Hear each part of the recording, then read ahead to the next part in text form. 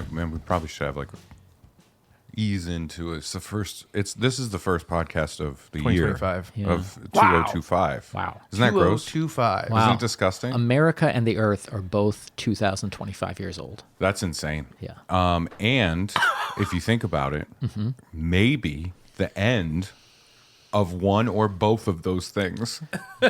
Is upon us. We don't know. Both. We don't know. We don't know. We are on the precipice of some interesting things. We are cursed to live in interesting times. What's going on in the zeitgeist? Let's check in because this is the first episode of 2025, right? And that's exciting. Yep. We, obviously we're not recording this the day it comes out. It's maybe a couple days earlier, whatever. So let's think about what's in the zeitgeist as we roll into a new year. Sabrina Carpenter is hot. Yep, the Carpenters all over the place. Just like the church always says. Yep. I was going to say, there's only one Carpenter for me. I was going to say John Carpenter's not that hot. Did you see Sabrina Carpenter's The Thing? It was awful. It was amazing. Catchy. I would love to see Sabrina Carpenter's The Thing. A lot of the comments on Letterboxd were wood. Yeah. Isn't that weird? Yeah. So we got that. We have unexplained things in the skies over New Jersey. And Staten Island. Yeah, and Staten Island. Yeah. Wait, are you one of the things? Now I'm not the only unexplained thing in Staten Island. Can I? Oh, there's a lot of unexplained things in Staten Island. There's more unexplained than explained. I just have to say, like, the idea, like, oh, maybe it's UFOs, right? Yeah. Maybe it's UFOs. Maybe it's whatever, right? Maybe it's I don't know.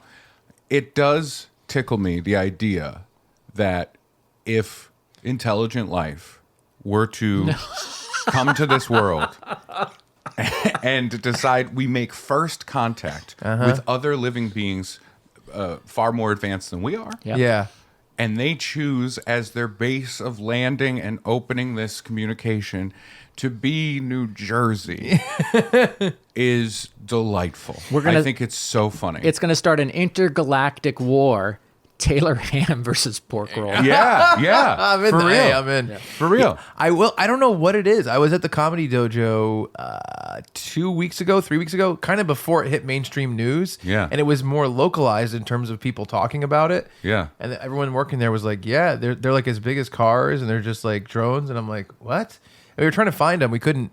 But there was a guy there who said there's a military base close by and he thinks they're coming from the military base.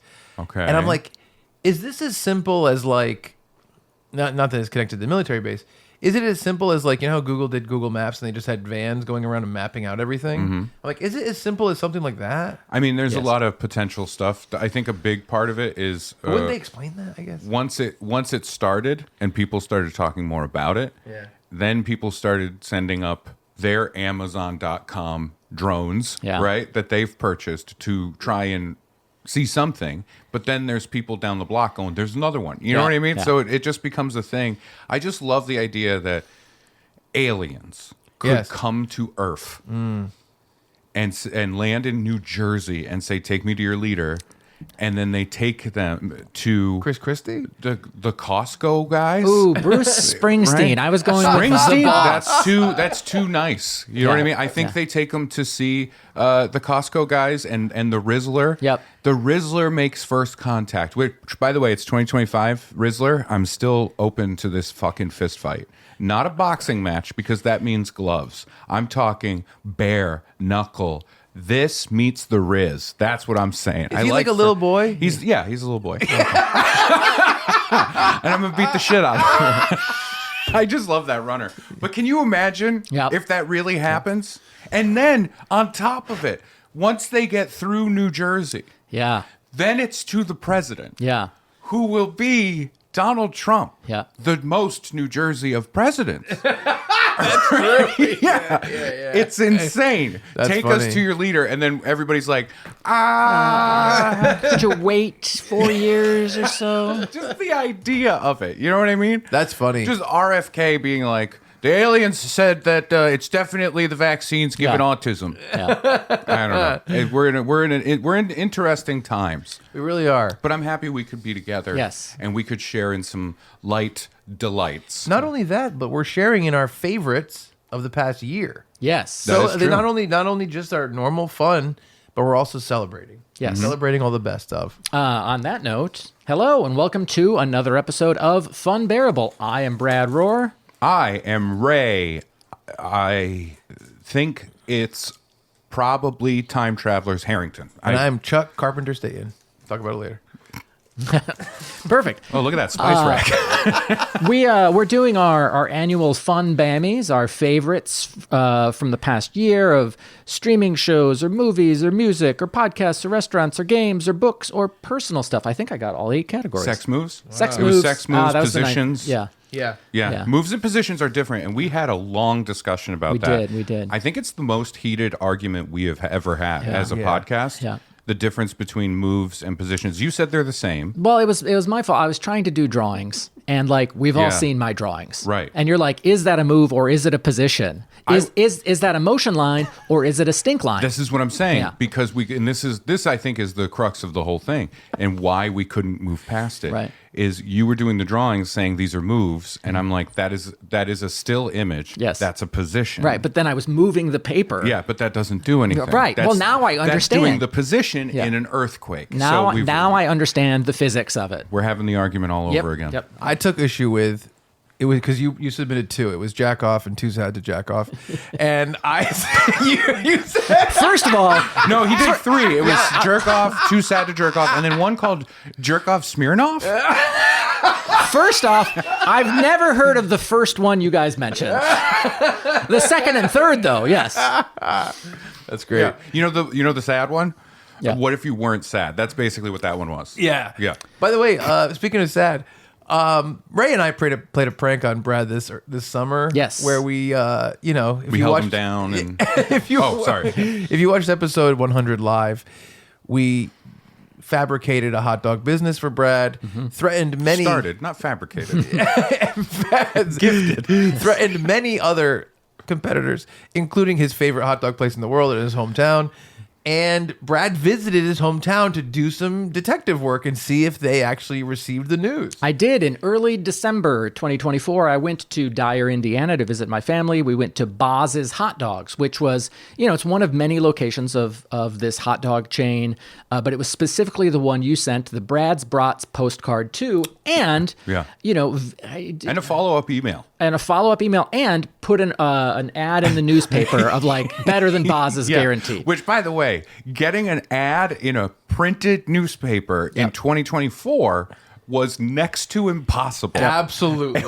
It was crazy. The idea of a dying industry Yep. just making it difficult to give them money Very was weird. maddening. Yeah. So I went into Boz's with my mom and my dad Mm-hmm. and, line of people. I'm like, I don't want to bring this up with other people around.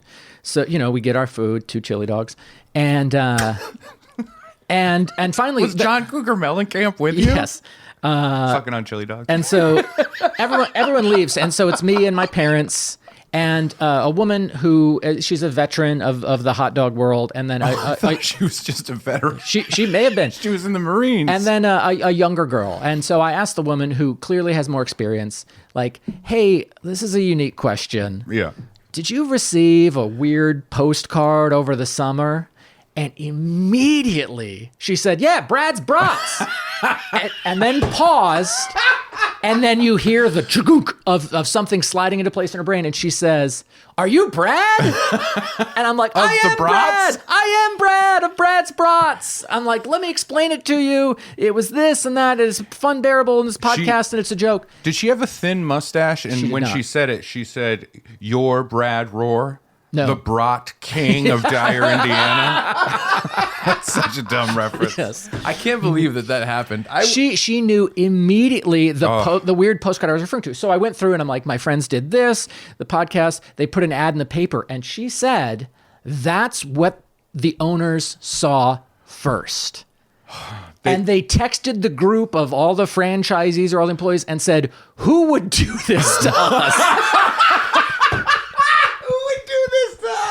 Oh my God, we're the Riddlers of Dyer, Indiana. Oh my God. So, I explain the whole thing. I pull up the video to like show, and she's like, let me take a picture of you. And I had like the graphic up on my phone. So she took a picture of my phone with the graphic of me like eating a hot dog.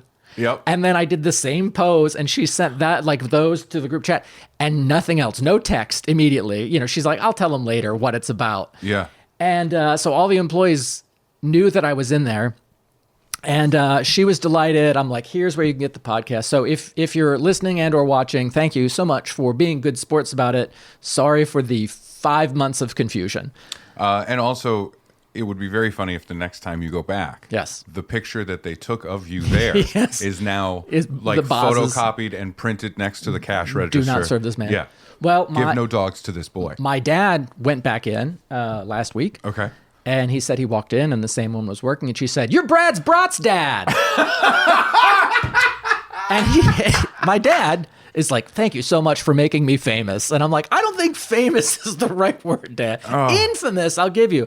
But I smell a bumper sticker in your dad's future. Yes, proud parent of Brad from Brad's Brats. It would be Braddy Brad's daddy. Yes. Yeah. Yes. So the it worked. Like whenever we do these postcard type pranks, it's rare that we get to follow up directly with the recipients of the postcard, and so this to have that reaction, to have it be on the top of so her mind, insane. It is so fun. It is. I love it.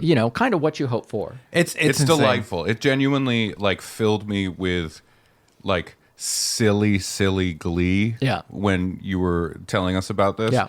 Because it is so dumb. Yes. Right. Like what we did was supremely stupid. Yes.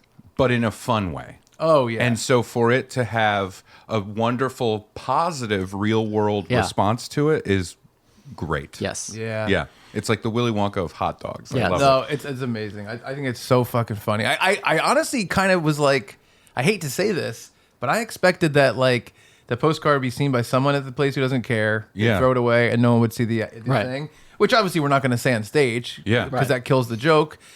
But the fact that it went this far and caused this much of them, the awareness is amazing. The fact that the ad actually worked. That's the one I didn't think would do anything. I thought the postcard would be shown to other employees like, what is this? Right. Yeah. The email would go unanswered, and I thought for sure that the ad would never even be seen. Yeah. So the fact that they saw the ad makes me so happy. Yeah. And I guess that means, print media, it still works. Way to go. Yeah. That's Keep it pretty up. good. Yep. Yeah. I wonder what they do in the more civilized areas of the world, though. When you're working with Indiana, Yeah. it's a miracle they have print media. Yeah. Not because it's being phased out. It's still so new in Indiana. Yeah, exactly. Yeah. Exactly. Like movable type. The letterpress machine. Yes. As soon as that was done. Yeah. Yeah. The modern printing press. Yes. But yeah, I wanted to give you guys that update. I had mentioned that I was going back to Dyer in the Facebook Funbearable, like Fun Bear group, which if you haven't joined and would like to, let us know. And so I was like, I have to tell the story on the podcast to give everyone. Yeah. Yeah, to get everyone. It's terrific. Yeah. Yeah. Oh, and amazing. Brad had an open invite to the Facebook group. I do want to say it's a little more exclusive. If that's like the top tier kind of people that listen, are listeners that are like full on Fun Bears and in. You know what I mean? So you're more than welcome to, type that into your Facebook search bar and find the page. Good luck. Maybe you'll make it, You're giving an air of exclusivity so people want to get in. I don't know what you're talking about. Good thinking. Wink. So you have more stuff for us, right? I do. I have stuff under the table here. This is not from me.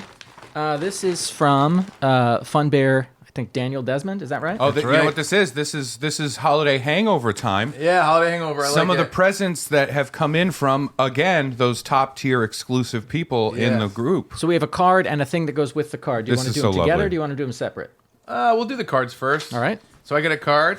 This is from Daniel Just Desmond. like Christmas, you open it and then you look, get that out of there and then throw the card away. Very nice. Walking in a wiener wonderland with two snowmen. That's fun. Eating hot dogs. And it says, Chuck, thank you for pushing to get on TESD so we could find out about C&B. Merry Christmas, Dan, because he started as a Chuck and Brad podcast listener Yeah. many, many years ago, which has now turned into Funbearable. Wow, thank you, buddy. Mine's. I could tell that was the background of Desmond because, or Dan. Yes. He signs it, Dan. Ray, I am happy you joined Chuck and Brad to make Funbearable. Yeah. Which, fuck you. What do you mean? We joined you, and you joined us, and I joined Brad. But this just says I joined you. But we all joined. Yeah, we all joined. Yep. I'm kidding. That was a goof, but also for real. You three are the Triforce of comedy. Keep being you. Merry Christmas, Dan. Thank you very much. I really do think of appreciate Funbearable as a Megazord. Okay. What's a There's only Megazord? 3 of us. Power Rangers. Oh, I It's don't when know that shit. they just put all they each have a robot. You know what I mean? Yeah, I know what a robot He's is. got a mastodon robot. I have Okay. like a saber-toothed tiger robot. You have like a T-Rex robot. Okay. And we're just like fighting our own fights, and we're losing battle, and then we come together and we're bigger than everybody. We beat them. Oh, okay. I don't like the idea of interlocking. Well, Where do they go? you tuck your head in. I think what you're describing, a human Megazord, is just a human centipede, isn't it? Is it a position or is it a move? Or is it a move? Yeah. I would argue if we were in that position, it would be hard to It's move. very difficult to move. No, I Brad, apologize for saying Yes. fuck you. It was a bit, and I'm sorry. Now I feel bad. And I Brad, regret it. thank you for being a Planiac. You're welcome. You have a lot of people rooting for you. I hope you get your dream job. Merry Christmas from Dan. Oh, that's Wow, wonderful. that's Very great. kind of you you. are a Planiac. Now, to go with it, I do feel really bad about the Chuck. fuck you. It was a joke. Brad. I love these. Oh my gosh. Ray. Look at that. Amazing. These are wonderful. Thank you so Crocheted much. hot dogs with our name spelled out in mustard. Oh, it's a hot dog. That's so Very fun. nice. I love Very it. thoughtful. Wow. I thought it was a sick clam. No, these are fantastic. Yeah, they're great. Ooh, and they smell like it. It's a Yeah, scratch I know. and sniff. No, that's just I carried them under my arm. Oh, okay. No, thank you very much. And I'm gonna say one more time. Sorry about that FU. Yep. It was a goof, and it didn't great. go over. I have, and I have now one feel more bad. one more box. All right, one more box from Brad. You ever do a goof and feel regret? Oh my Most, That's my whole life. most of my 2025. goofs. 2025. This will haunt me forever. This is Brad always thinks I should do regret for my goofs. Yes, I do. This is from Germany. It's from Sabrina, the number one Strass Bear.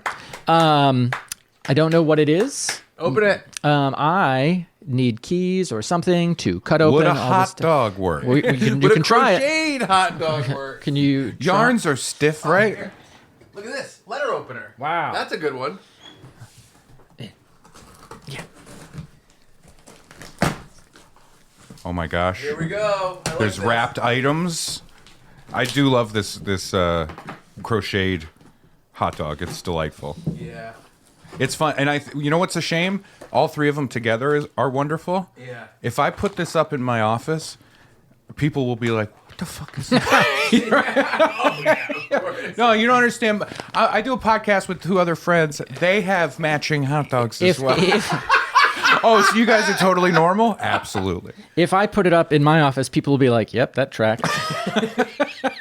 Hello, Sugar Bears. I wish you and your families and friends a very Merry Christmas and a happy and healthy New Year 2025. Thank you very much, Sabrina. There is one bag for each of you in the package, so no need to fight. I hope you'll enjoy the gifts and treats from your very own Spaß Bear.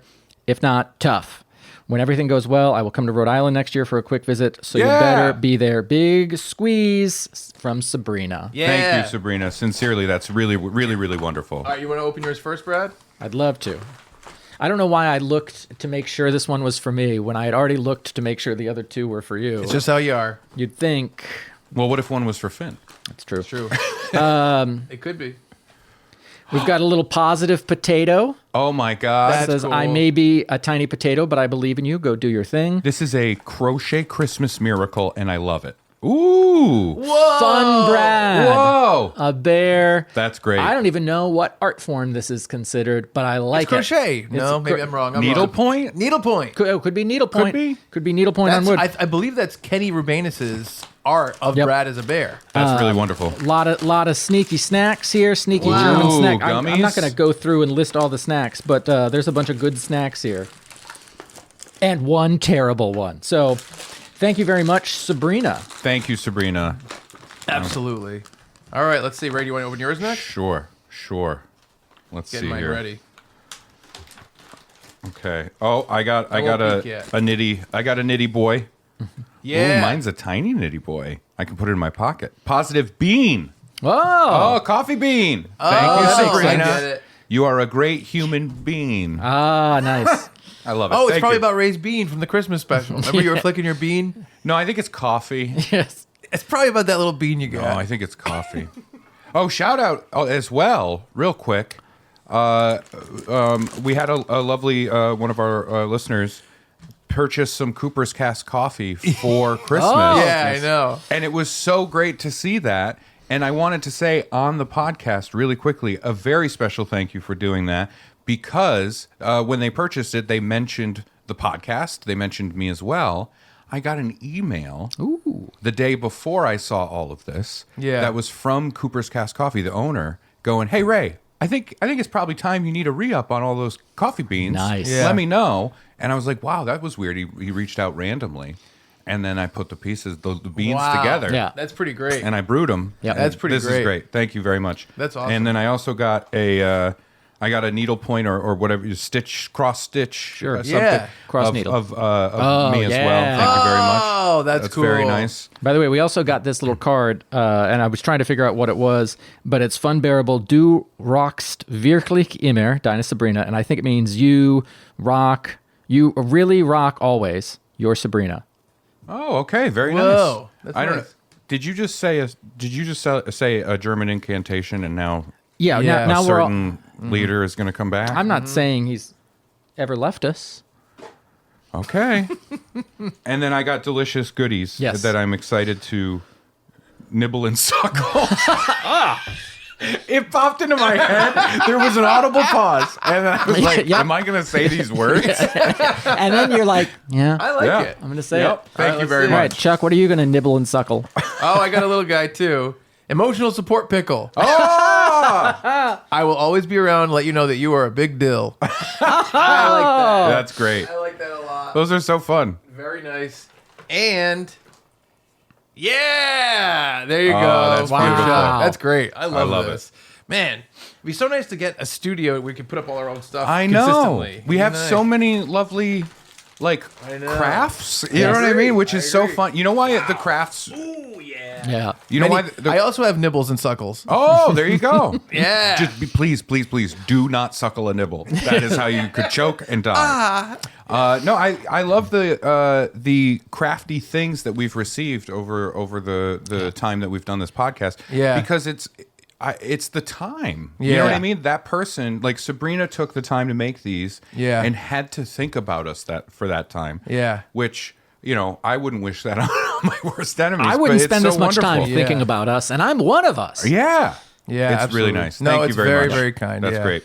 Very nice. I might do a nibble or a suckle while we do the podcast. Oh, yeah. It's possible. Oh, feel free. That's fine. yeah. Please, nibble and acceptable. suckle. Yeah. Oh, my God. Me suckle is Sue nibble. We're going to move on to the Funbammies, our favorite things from the previous year, which was 2024. It's no longer 2024. It's 2025. And this is like Oprah. Yeah. Our Yes. favorite things. Our Yes. favorite things. We have nothing to give out. So I think we usually start with TV and then go to movies. Is that right? You sent us the list earlier. Yeah. Hey, And I that was different. I copied it from last year. Perfect. This is what was last year on our podcast. Yeah, I'm gonna let. I think Brad can kind of lead the charge on All right. where I we're think going. mine is Last year- I think mine is Episode, alphabetical. So episode 1 was movies, restaurants, video games, podcasts. okay, movies. Okay, cool. Yeah, let's start with movies. I think that is smart because it is kind of like usually our biggest category. Yeah, Drafts. But yeah, Favorites. it's funny. Like this year, I will say just to preface this because you kind of look back on your year when you do this and you put this together. I realized like the amount of traveling and scheduling I did this year really took over. Obviously, yeah. And this is the year most of all I wish I wrote down everything I watched and saw. Yeah. And I'm hoping maybe I think I got everything, but I hope if anything comes up on your list, That's what I was hoping as well. Yeah. I felt the same. I felt the same struggle to really remember the things. Yep. Yeah. I don't know. Maybe because we are in this weird time You know what I mean? Yeah. Where there is so much, it's hard to remember, and time is changing. Yep. I struggle with that. Yeah. Yeah. I did look through the Joe Blow like release date calendar of the entire year, and that helped me with some stuff. I joined Letterboxd last year or the year before, as just solely as a way to try. Just like I use Goodreads, I'm not writing reviews of everything. I should do that, but I'm doing it to track. And then you know, a friend of mine at Improv who is very much a cinephile, is like, oh, I saw you watch this and only gave it this. You got to distance yourself from that. I know. The cinephile, you can't have that. Favorite comedy? Well, real quick, I also felt it. The biggest one that I struggled with was comic books, because I like to include comic books. Yep. And we've had listeners write in about it, and it's really fun. But this year, it was hard to remember what I read because of one big chunk of time for 3 weeks in Alaska. Yep. I read so many comic books. Yep. Oh, wow. Like, I went through, I think, my entire back catalog of things I meant to read. Yeah. Because there was so much time where it's like, that's my only thing. I'm stuck sitting on the ship waiting to get into my room for 4 hours. Yeah. What am I going to do? I read comic books on my iPad. Yeah. And so it was really difficult to remember things that came out, 5 or 10 years ago that were on my list of like, I got to read that. So I get it. Very difficult. I agree. The struggle is real. Yes. Movies, we start with favorite comedy. For me, I watched the movie Snack Shack, which I had never seen before. I'm so happy. Nice coming-of-age story. 2 boys in Nebraska take over the snack shack at a local pool. Shenanigans ensue. Wow. And I actually have favorite indie comedy is Snack Shack. Whoa! With, in brackets, all caps, they exist. Yes, indie comedies exist. It is a low-budget indie comedy that is genuinely great. Yeah. The story is quality. It was fun and funny and felt really of a different time. Yeah. It felt like the late 90s, early 2000s era of when movies were coming out that you could really enjoy that way. Yeah. And it was so special. I loved the movie. I thought it was great. And I wanted to watch it because I have a second part here, a special shout out to another movie I saw this year that came out, I think, last year. Okay. Dinner in America. Not familiar. Same filmmaker, I think director, maybe writer. Dinner in America was fantastic. Red Letter Media had talked about it, so I wanted to check it out. Yeah. It's a comedy, another like low budget indie with a great actor that I'm really enjoying now, Kyle Gallner. Okay. Who is great. Again, Red Letter Media was all about them. Yeah. Dinner in America, I showed that to Kalina, my wife, and I was like, just watch the movie. You have to get past like 10 minutes, 15 minutes. Yeah. Because the first 10 or 15 minutes, I'm like, what is this? Yeah. Is this going to be this the whole time? And then it all clicked. Every little piece fell into place. And I loved it. And Kalina adored it. She was like, I love that movie. As a musician, I think you'll really appreciate it, Chuck, because it has music at its core. It's really, really fantastic. It's a story. It's a romantic comedy. To fringe outside of normal world people. Yeah. You've got a super anarchistic kind of punky guy meeting a girl who is a little slow. Okay. And an outcast for that. Yeah. And them kind of forging this relationship in a really lovely way. And by the end of the movie, you're like, God damn, I like these people. Yeah. Really fantastic. So Nice. Snack Shack, fantastic. Dinner in America, special shout out. I added it to my Just Watch queue. Cool. For favorite comedy, I put down Big Helium Dog, that screening I went to of that movie that was filmed like in the mid to late 90s that has never really been released. It was just a really... It's funny because it's a throwback to that time period because it was actually created in that time period. And there was a lot of amateur stuff to it, but it was really fun to see the Broken Lizard guys and Michael Ian Black and Kevin Smith and all those people and Quinn at that time doing that stuff. And I think it made me engage a little bit more of that part of me of just like making independent stuff that's really weird and not trying to appeal to anyone. Because I think that is way more of everything everyone makes now is like being like, well, how do we get here? How do we get to this person? Right. And I feel like because it was so much harder in the, let's say, late 90s, you really just kind of made what you thought was cool. And it didn't really matter. Sure, yeah. You know? And I kind of got that feeling from it. So I thought about it and I was like, this was very fun. And I think I'm going to put that as my best comedy this That's year. great, So, yeah. Nice. Yeah, it was fun. Before we go too far into movies, I just Yes. want to throw this out there. We're all being very positive. I'm going to throw out one pessimistic thing. Okay. This isn't a category, just a thing I read when I was looking up movies of this year. Yeah. This is a somewhat depressing milestone. This was the first year that the top 10 highest grossing films of the year were all sequels to existing IP. Wow. The entire top 10. It goes from 1, and it actually goes to the top 12. Wow. 1 to 12, right? Top to the bottom. Inside Out 2, Deadpool and Wolverine, Despicable Me 4, Wicked.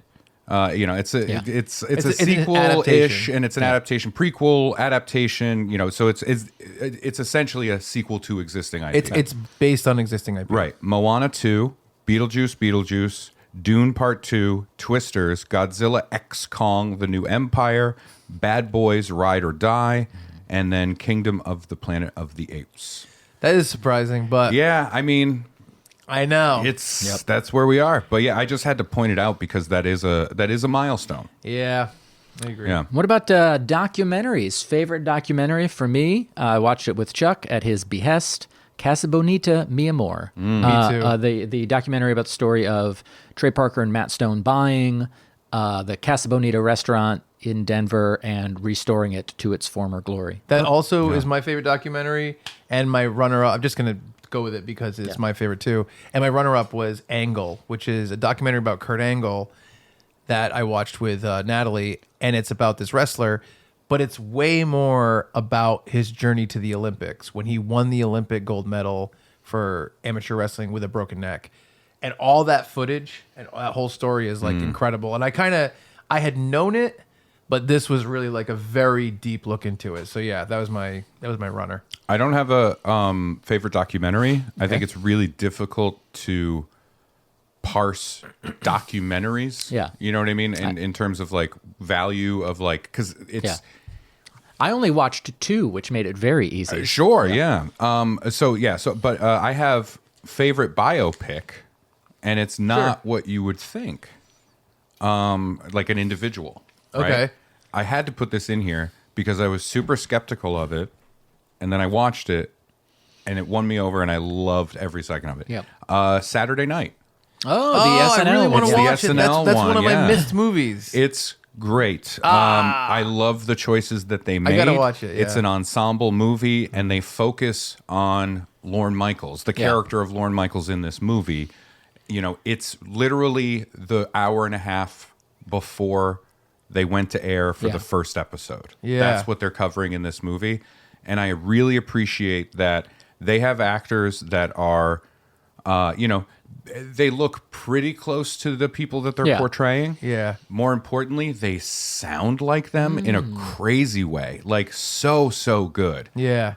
But it's not, it doesn't become, look at me, I'm being this person. Yeah. That they just are. Yeah. You know what Yeah. I mean? They just are the people they are. And the story is great. It has like a Birdman-esque vibe to it. Okay. Cool. Where it's just it's always moving. The tension is high because everything's chaotic. Yes. Yeah. You're flowing through the entire background behind the scenes of SNL. I like that. Yeah, and it was really, really wonderful. And a special shout out to J.K. Simmons showing up in the movie as Milton Berle Wow. in a scene-stealing moment. Yeah. Damn. I'd love to see this. Yeah, I don't. You know what? I was about to say The Thing. I'm not even going to say it. No, I wanna watch It's just it. bravo. It was really, really great. It's so hard to thread that needle of here's a whole bunch of people doing impressions of famous people. Yeah. Yeah. But not having it become that kind of circus. Right. Yeah. And I think it did hit a nerve for me of like, yeah, this was groundbreaking. Of course. And new and exciting and course. crazy that it even happened. I love it. Yeah, it was great. No, I want to see it. Yeah. Hey, I know we're supposed to do the sponsorship ad break. Yeah. and we have a new sponsor, and we're excited about it. Mm-hmm. Who is it? I'm Narragansett Beer. Oh. From Rhode Island. I'm worried that I don't want to come across, too into it. Yeah. I want to be cool We'd about be it. subtle. Be subtle. I don't want it to look like we're like Tryhards. Yes. So I think being like subtle. Let's play it cool. Yeah. All right. So you go ahead and start the thing. Let's pretend we're just doing like a little part of the episode. Yeah. Not even doing a sponsor. We'll all laugh. You ready? Yeah, Here we go. ready. Ready? Another classic Ray joke. That was so funny. Hey, just whatever. Narragansett Beer said they would sponsor us, so we're going to mention them. We're not selling out. We're not changing who we are. No. We're not going too far into it. No. I was cold. Yeah. My head was freezing. Yeah. And I needed something for it. Oh, I didn't even realize that you had a Narragansett hat. Oh, hey, I think we're. Oh, yeah. Oh, God. that's weird. Where did you get yours? I found mine at Savers. I found It's a thrift store. Chuck bought it for me, and he said, "Don't ask me where I got this." It's a Savers. Oh. I found mine on a body. Was it behind the Savers? Yeah. He looked very happy, though. Oh yeah. I guess one I thing that I guess you could say is cool or fun about Narragansett is that Sure, yeah, whatever. Narragansett was the first alcohol brand to sponsor an American sport. In 1944, they started sponsoring the Boston Red Sox, the baseball team. Wow. Wow. So in the same level. Play it cool. I mean, wow. Yeah. We're at the same level as the Red Sox. 1944 Red Sox. Yes, That's even more historic. years ago. Yeah. So I guess my question would be, Narragansett was like looking at where things were in 1944 and said, we got to get into baseball. Yeah. Well, you can't. Yeah. You can't sponsor. They could have sponsored, I don't know, some bombs they're dropping on Jerry. You know what I mean? I guess Something like so, that. they could. Sponsor That would all. be a weird one. Yeah. Yeah. I wonder if this is where they want us to go with the. I wonder if Winston Churchill ever had a Narragansett. Probably not, 1944. probably not. He looked so sad all the time. Is that when did, Big yeah. Papi was on it? On the Red Sox? He played for them for a long time. How many games? How many 1944 Red Sox games did you see live, Brad? So check out narragansettbeer.com or at Gansett Beer PVD on Instagram for more information about this delicious, delicious brew. Back to the show. Next up, favorite drama. I cheated on this one because there wasn't as much action as I hoped. I said Monkey Man, which was a movie I really enjoyed. Yeah, I liked it a A lot. lot of drama and then a flurry of action at the end. I was expecting more action going through it. I didn't really know where else to put it, but I'm like, I enjoyed that film. That's fair. Yeah, I didn't really put a drama. Because I think everything I was going to put there really belonged in a different Should category. have cheated like I did. Yeah, I know. Well, you had emailed us earlier and said, can we add a category favorite monkey-based film? Yes. Yeah. And you guys said no. So. Right. Yeah. Yeah. Because we all thought it was going to be... Anyway, my favorite drama was Dunstan Checks In. Yeah. Mine is Kingdom of the Planet of the Apes. Mine is Tunnels of the Kingdom of the Planet of the Apes. Yes. No, I actually switched mine up too, and I went with, because it would fall under the category of favorite drama. Yeah. But I called it favorite collection of stories because we get those far fewer than I think we should. Like little vignettes, anthologies? collections. Yeah, it's an anthology. Kinds of Kindness, Yorgos Lanthimos. That is a movie that he did immediately after Poor Things, which blew up. Poor Things was huge. And before that, The Favorite was massive, won some Oscars, rightfully so. It's a wonderful movie. I love that movie. I really like Yorgos Lanthimos. I like his more off-kilter stuff. I like his more fable-based things. I like the on-kilter stuff. Oh, okay. Like Killing of a Sacred Deer, The Lobster. I really enjoy those movies. Yeah. And Poor Things is not that, but he's still swinging for the fences on that. And The Favorite is a little more traditional. So Kinds of Kindness, starring Emma Stone, Willem Dafoe, and I forgot his name, and I feel like a jerk. Married to Kirsten Dunst. He was in Spider-Man. No. I have some bad news for you. Peter Parker. I have some bad news for you. Peter Parker. Guys, that's a secret. No, Kirsten Dunst. Yeah, he was in Friday Night Lights, which I didn't watch. He was in Breaking Bad. He's a fantastic actor, and I feel like a piece of shit. He was in the season 3 of Fargo. That was Kyle 2? MacLachlan. No, you're doing great. Taylor Lautner. But Kinds of Kindness is an anthology that it's my favorite kind of thing where it's really engrossing. I really, really enjoyed it. It was fun to watch everybody be different characters for each story. Yeah. But it's the same cast. Yeah.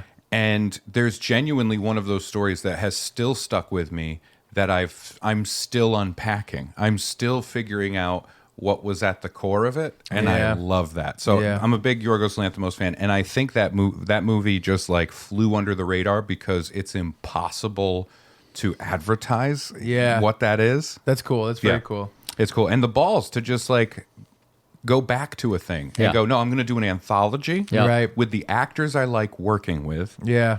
Immediately after they were all in this huge thing. Yeah. Yeah. Right. Okay, No, I hear sorry. you. great. I'm continuing to squash things where they don't belong. Favorite thriller? Oh. I was thrilled The Michael Jackson one. by Alien Romulus. Ooh. Okay. It's on there. I It's on there. liked Despite- Alien Remus a Yes. lot more.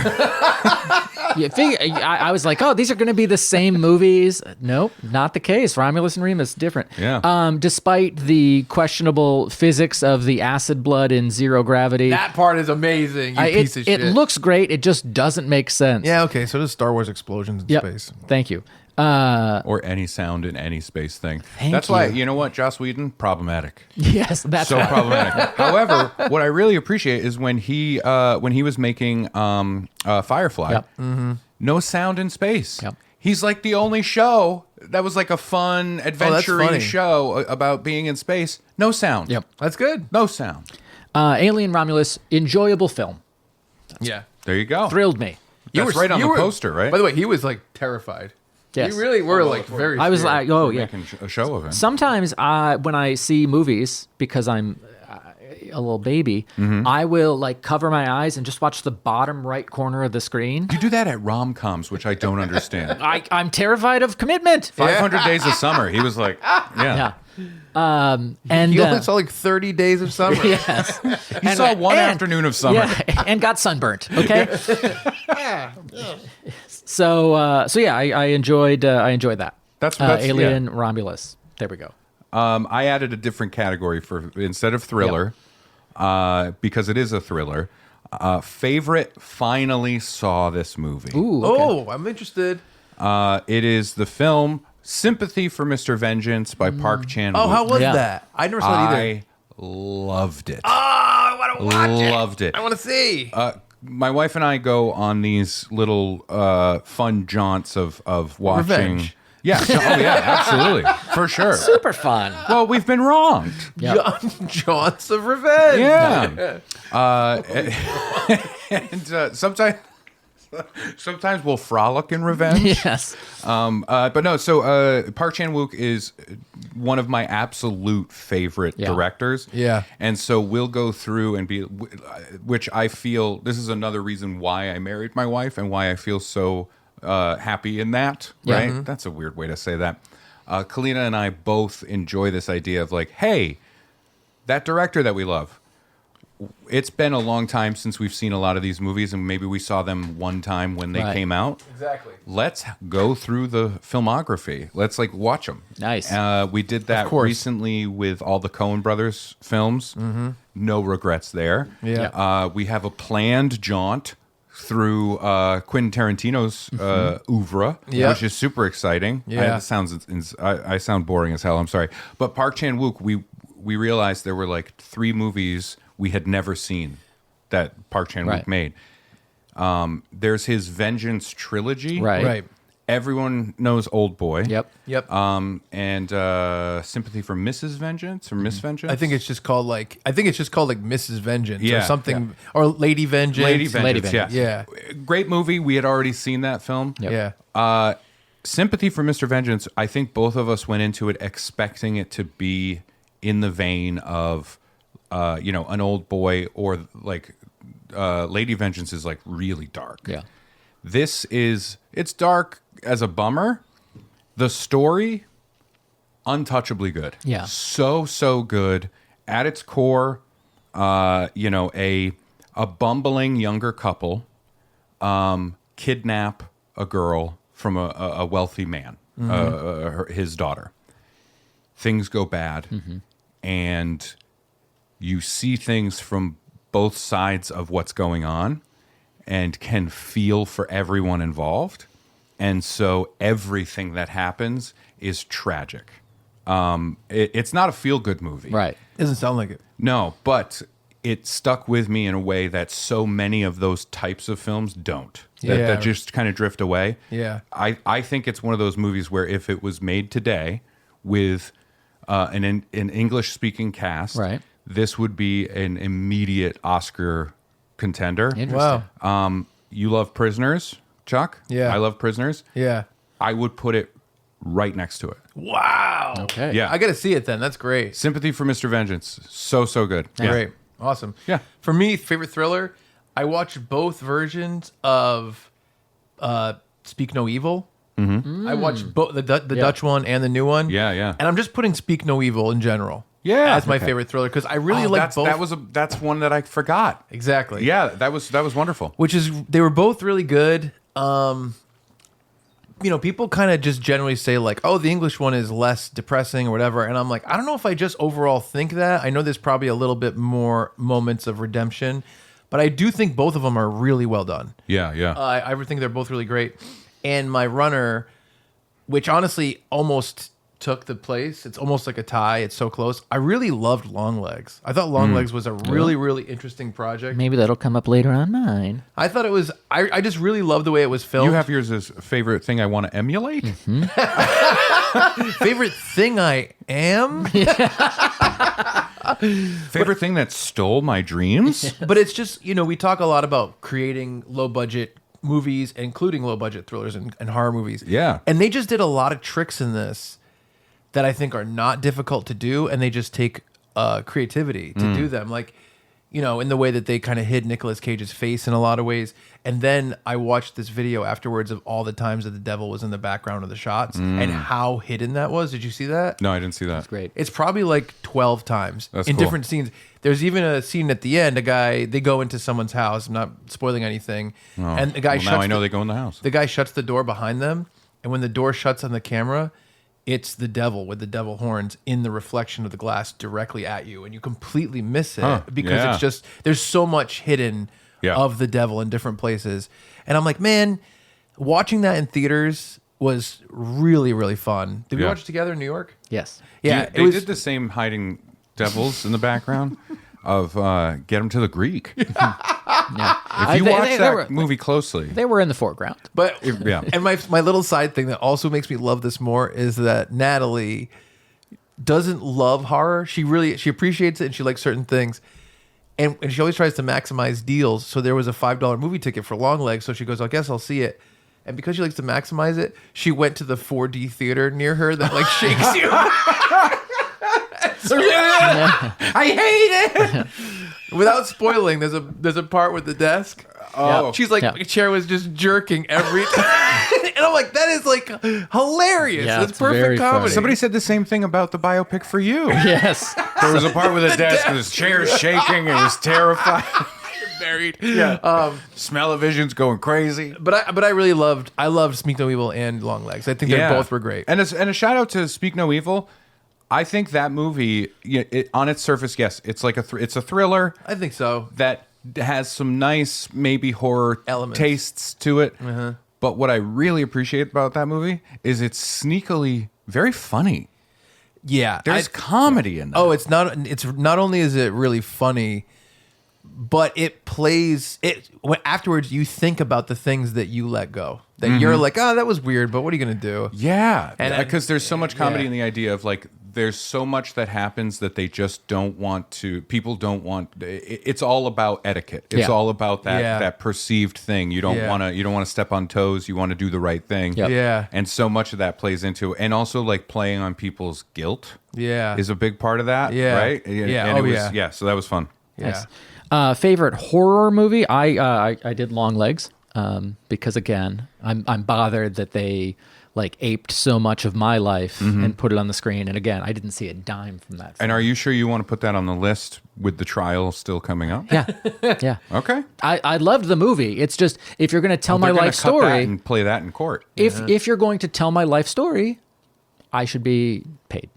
I understand. Thank you. I understand. I think me and Ray are going to have the same favorite horror. Yeah. Ready? Let's do it on 3. 1, 2, 3. The Substance. We win. So good. Substance was We great. did it. We win. I really liked The Substance. Yeah. I didn't know what to expect going in, which I think was even more fun. I didn't really watch anything. And I just loved I think we've already talked about it on the podcast at length, right? Once. I think Yeah. we talked Yeah. about it because me and Brad had an argument about it. Yes. Oh, maybe we didn't talk about that. Basically, me and Brad had an argument because I was like, I don't like A Christmas Story. Because I was on the Tell 'em Steve Dave Christmas special. I had to come up with a Christmas hot take. And Brad was so offended. He was like, oh, yeah, I don't like The Substance. And then we had a big fight. And Brad, oh, yeah, we didn't talk about it on the podcast because you didn't tell your ideas to Ray. But Brad said he didn't like The Substance because it defied the laws of natural science. It's not a quote, but Okay. but I didn't love the science in The Substance. Oh, well, it's magical realism. I know. He loved Lord of the Rings, though. Yeah, well, that's fantasy. That's magical magicism. Yeah. Oh, okay. You love isms. Yeah. I've got one of them. You love schisms. You love Yeah. tisms, right? Yeah. He's like, I sent a schism. But yeah, Substance was just very imaginative. Very imaginative.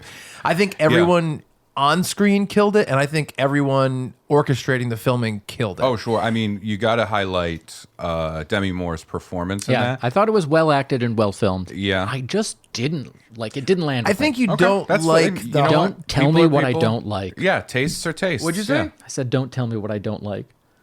Why? What do you mean? I was going to say... I was don't- going to say he doesn't like when you do It's- that, but I don't want to point that I was out. going to say, I don't think you like body horror. Yeah, I don't. But you just told me not to tell you that. Well, here's the thing. What is happening right now? No, the thing is, when we had our initial discussion, Chuck was like, "It's a fable. You don't understand.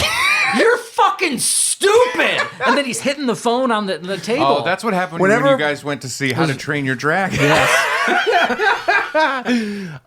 So you don't like that I didn't say you didn't like body horror? No, sorry, I shouldn't have cut you off before you said that I don't like body horror, which is correct. So okay. I also don't apologize like for What that. did you think I was? butter. What did you think I was going I to say? thought you were going to say you don't like fables, which is how you spoke about it on the phone. That's all. No, it's not. This guy won't shut up about Aesop or was Aesop or gonna however say. you want to say Well, it. yeah, Did you say Aesop or Aesop? I said Aesop, I think. I say Aesop. I think that. No, I think you do like fables. I would never say that. I Yeah. never said anything like that. This is that classic situation I of think- Crow putting pebbles in a bottle of wine. I think Brad doesn't like gore stuff. I and I didn't. think that Al this Gore, movie does the body Tipper horror Gore. thing, and it uses that as a vehicle for the fable. Yeah, yeah. And then it says, "We're done with that. So for film fans, we're gonna play this body horror out Yeah. to 150% Well, of what it should be, I which think- is a fun exercise. The academic thing of it is everything in the movie is heightened. Yes. Absolutely Exactly. everything. Yeah. Everything is absurd Yeah. because that's how Demi Moore's character feels. Yeah. Right? So Yes. everything is external. Yeah, but it's fine. It's a topper. The ending it's is a topper. Yeah. I will say this too, because I enjoyed that film so much. The director, I can't remember her name. She's a French woman, really, really great. you watched the first one. I looked at what she had done prior to this, and the biggest thing she had done right before this was a film called Revenge. Yeah. And I watched that On a jaunt with your wife. on a jaunt Yeah. for ideas. Yep. And it was great. It was really, really wonderful. It's a French film, it has French language in it, some English, and it was great. It kind of takes the 70s like rape revenge film and Yeah. shifts it a little bit. And there's no like, we're going to twist things up or anything like that. Right. It's pretty much what it is. Yeah. But what I like is that extreme that is in The Substance. Yep. Yeah. I mean, the filmmaking itself on a technical level is fantastic for both. Yep. But that idea of excess and extreme Yeah. that's in The Substance is absolutely in Revenge. Like Yeah. it's so bloody in a way that you go, okay, we're beyond now. This is absolutely absurd. Yeah. It was cool. Yeah. It was fun. I thought that was great. Yeah, I'm sure that was great. Yeah. And I had a runner-up, which was Alien Romulus. And Yeah. I think Alien Romulus is the best Alien movie since Aliens. I do, and I don't hate.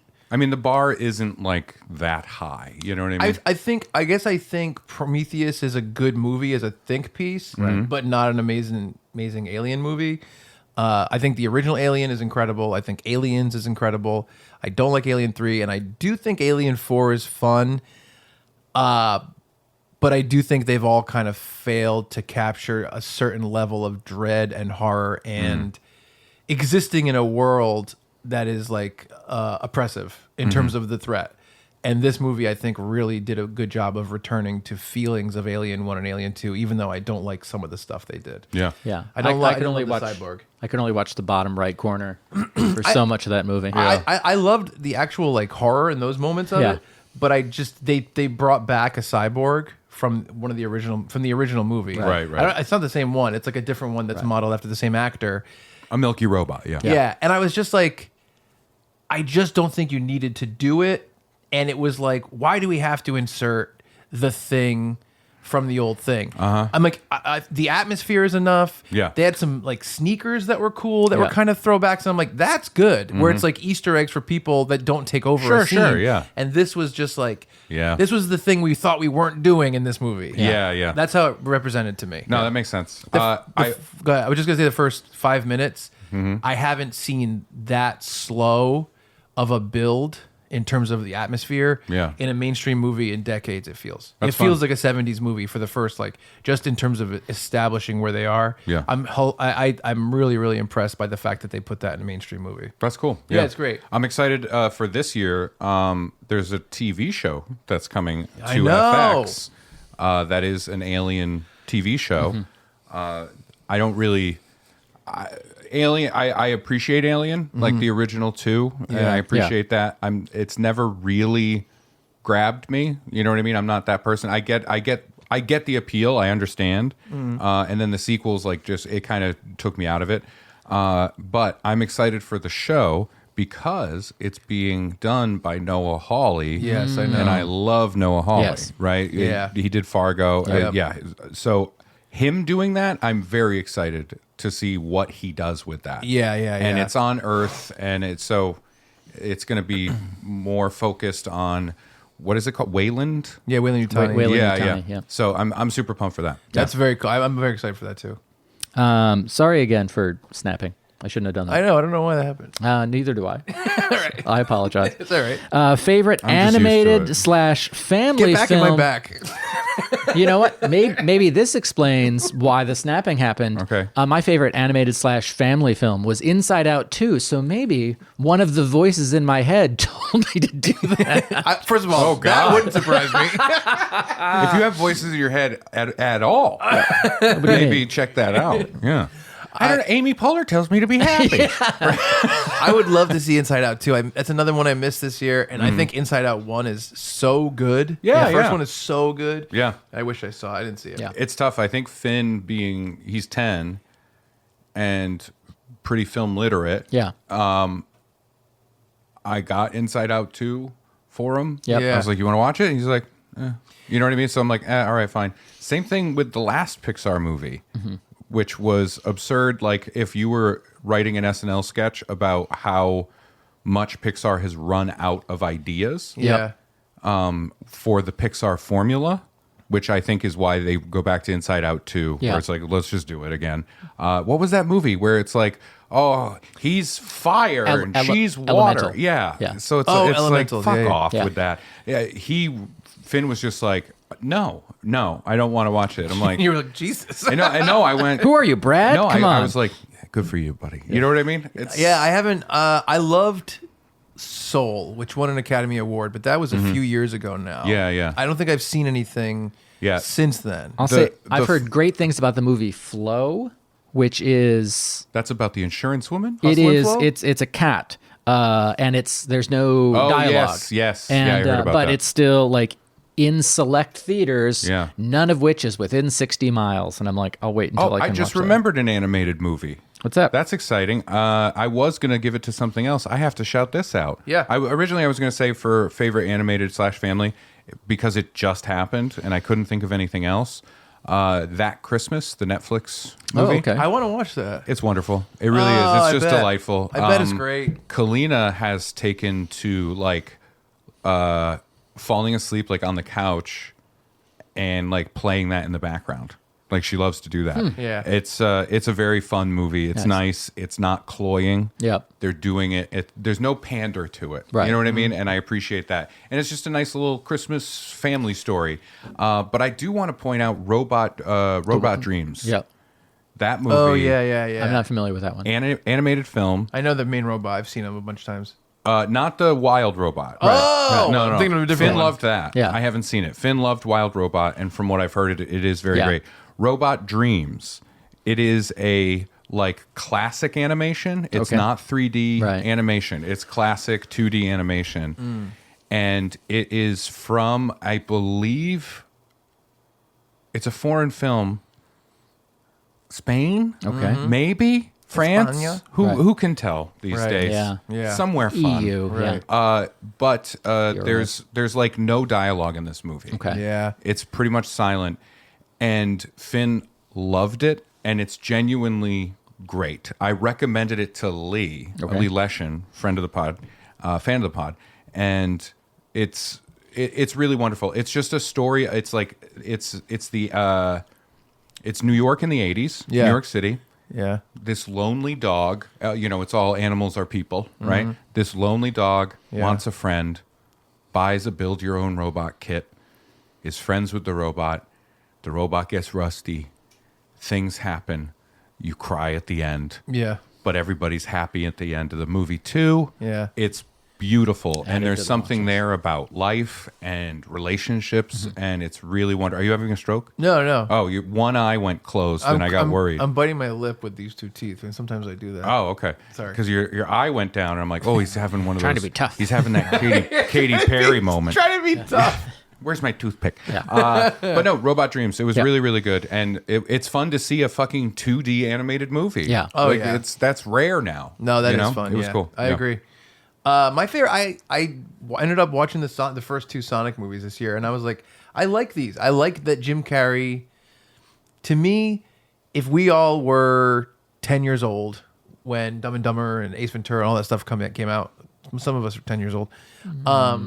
I like the idea. Some of us went with 10-year-olds. That when we're like, around 40, that Jim Carrey is still being Jim Carrey as a villain in family movies where he still gets to do what he does.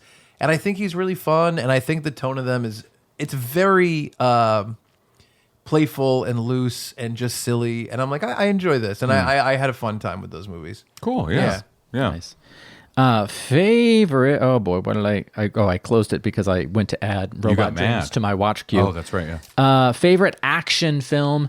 For the first time, I watched Bullet Train, and I loved it. Oh, I want to watch Really? Bullet Train. Wait. No, that's the one with Brad Pitt. Yes, that's correct. I was thinking of Train to Oh, Busan. no, that's the one with Brad Dorff. Yeah, that's right. Yeah. Bullet Train, heist movie. Oh, there's assassins. Oh, there's mistaken identity. Oh, there's cool act. It was right up my alley. It was a very fun movie. Is it like Mystery on the Nile? What's it called? What am I thinking of? You're thinking of the Orient Express? Yeah. Well, the Orient Express, not a bullet train set. Is it like a mystery with a lot of things? No. No. Maybe all I know is the trailer. I don't have Subscribe. the same view on that movie. That's fine. I find Different that movie tastes. to be Is it an action movie? empty. Bullet It Train? is empty of anything. Except for action. It is a movie like a prop magazine where it looks like it should be something, and then you flip through it and you're like, it's all lorem ipsum. And I can prove it. Set my life credo to this Bullet Train. I was really upset with it because as somebody who likes movies, I could see all of the movies that the filmmaker had seen and went, I'm going to do that scene. So if I'm like, hey, I like Knives Out, well, I like this, it doesn't have anything to do with that. No, not at all. I always say, when life gives you bullets, take the train. And I say that because of this movie. I always say, I'm out of here. The road to hell is paved with Bullet Train and Argyle. Those are the two movies. I did not see Argyle based on your strong recommendation. The two movies this year that I was just, you can tell it's somebody making a homunculus of other films without understanding why those moments worked so well in the original. Now I'm upset, and now I'm going to flip out. Do it. The other movie I didn't love. Flip out at Chuck. I didn't like The Ministry of Ungentlemanly Warfare. Big disappointment. Yep. Yeah. Really? Yeah. I love Guy Ritchie. that was- And when he shows up, it's great. And I thought he was going to show up for it, and he fucking didn't. I thought that was so. I'm like, this could have been directed by like any no-name generic. Yeah, it's weird. It's very strange. Yeah, and I feel bad saying that because we all know that Guy watches. He's a fun guy. Yeah. Yeah. And he watches the show. And he specifically registered. He's like, I'm not a fun bear. I'm a fun guy. It's funny mushrooms. And I mean, I'll say I watched The Man from U.N.C.L.E. and Operation Fortune, Ruse de Guerre, because we talked about it on the podcast. We talked about Guy Ritchie on the podcast. So Yeah, I watched those movies. And Man from U.N.C.L.E., what a stark contrast. Yep. Because that movie is great. It's fun. It has lot of energy. soul. Yep. Yeah, Finn loved it. I showed it to Finn because it's PG-13. Yep. He loved it. I think it's really great, and it's weird because that also stars the same person. Yep. You know what I mean? And then we transfer over to this thing. Fine. Yeah, it happens. But I will say I had favorite Action. favorite absolutely baffling movie because we Okay. mentioned Argyle. Yep.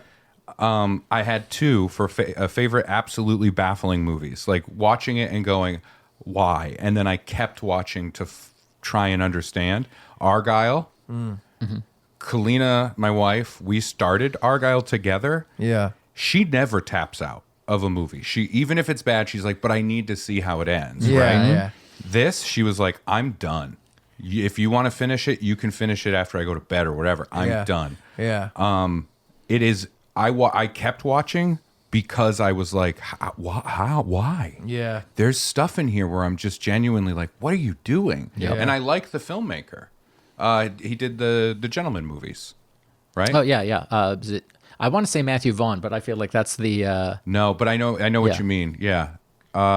It might be a Vaughn. Brian K. Vaughn's the comic book No, guy. he's a good writer. But yeah, it was genuinely like it was to a level that I was like, what is happening? Yeah. And then he tried to, in a post-credit scene, tie it and connect it to The Gentleman. And I was like, what are we doing? Yeah. Why is this happening? But my number one for absolutely baffling movie is Megalopolis. I Yeah. told you guys about it. Yep. It's everybody talked about how bad it was. It's bad. It's a mess. Yep. However, here's the difference between that and how I feel about like Bullet Train or Argyle. I would rather watch 100 Megalopolis Yeah, I understand. than watch one Argyle or one Bullet Train. Got it. Because the mess is a man trying to do something, really trying to make this work. Yeah. And I still think about things that were in Megalopolis to try and figure it out. And Bullet Train and Argyle, I try my hardest to get dementia and have them move. Oh my God, wouldn't it be horrible if you get dementia at the end and all you can remember is fucking Argyle? Oh, so sad. Red One. Oh, don't. I didn't watch that. Did you see the tweet from The Rock? This sums up why I am a pessimist with film, because I love film and then this stuff bums Yep. me out. He tweeted, because Red One did well. No, I was thinking of Red One is a different movie, I think. Right? What's the new one called? The Santa one? Yeah, what's the one with Red One. Red One. What's the one with Gal Gadot and The Red. Rock? What? Isn't it just Red? Is it just Maybe Red? that's just Red. Yeah. Yeah. That was okay. last year or the year before. Yeah, but no, the Red One is the one that just came out, and that's the Chris Evans Santa movie? Yeah, Chris J.K. Evans, Simmons. The Rock, and J.K. Simmons. Yep. And it did well. We started to watch it, Finn and I, and we turned it off at, I think it was dinner, so we started that. And I've asked him, do you want to finish it? Like many times. Yep. And he's like, no. Yeah. The Rock tweeted like, "Oh, it did really well, and this will continue to be like a Christmas movie," and da da da da da. And then he said, "It's got verticals that will last a lifetime." And hearing that, like him being like, "Yeah, it's got great verticals," I'm like, "This is not good." Yeah. You know what I mean? That's bad. Yeah. That's bad. Yeah. That's because that's literally just saying this is a fucking product. Yeah. I thought opening weekend it did poorly, and I thought it was going to go away, but I guess not. I don't know. Maybe it did well because of like it got closer to actual Christmas. Maybe. Who knows? But because yeah, I heard just hearing him talk about the verticals of the movie. The only reason I thought that is because I heard, maybe it was Rupert, and he was like, yeah, I think because they announced that Chris Evans is coming back as Captain America. I know. And he said, I think they did that because Red What One are did next? so bad. Oh, yeah. And I was like, oh, okay. And I didn't really stay up on Red One. I didn't know about it. Yeah. No, see, now I'm getting all super pessimistic, and I apologize. But how about this? Favorite mess of a movie that still works? Okay. Right? I still have my favorite action to do. Yeah. Oh, go ahead. Sorry, go ahead. I thought Monkey Man was my favorite action. I just really liked it. It was great. I love the story behind it of him trying to get it made for so long. I love the story that he had a budget to put it on Netflix and that Jordan Peele saw it and was like, no, this movie deserves to be in theaters, which I agree with. Yeah. And I love that because of that, I think it was able to at least triple its budget in terms of box office returns, which means this guy will be able to direct more stuff, write more movies, and make more stuff that's like this. And I thought it had a real unique perspective and persona. Yeah. I agree with you that it had less action than I thought it would have from the trailer, but I was totally okay with that. I like what they replaced it with, and I like the fact that it's like, well, it could have just been Indian John Wick, but instead they really gave it a different identity, and I appreciate that. I'll say just ideas for, all right, you guys are the studio execs. There's a sequel to Monkey Man. We can call it Monkey Man 2, Monkey Men, or Monkey Woman. What do you... Monkey Men. I'm going men. It's tough. I can't take any of the letters of monkey and make it a 2. That's where I'm struggling. These days they would do it with like the K. Yes. Yeah. Muntui. And to be clear, I know I'm pessimistic about this stuff, and I'm griping about some films, but it's coming from a place of love. It really is. Like, I get it. It's the stuff where I'm like, hey, I loved Dinner in America, and it doesn't get any traction for anybody. Yeah. Because The Rock's talking about verticals. So, favorite mess of a movie that still works. Yes. There's too much to cover, and it gets shoved into this film, but I still loved it. It should have been maybe one story instead of trying to tell like 3 or 4. Okay. The Bike Riders. Oh, okay. I really liked that movie. Yeah. It was good. That's the film about the Tom Hardy. Yeah. I mean, there's a million people in it.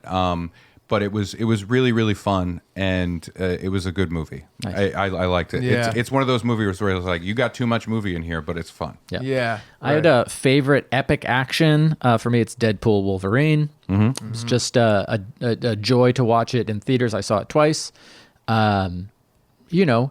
Did my hopes get to where Chuck's hopes were? No. That's impossible. Yes, especially when Jackman is involved. Yeah.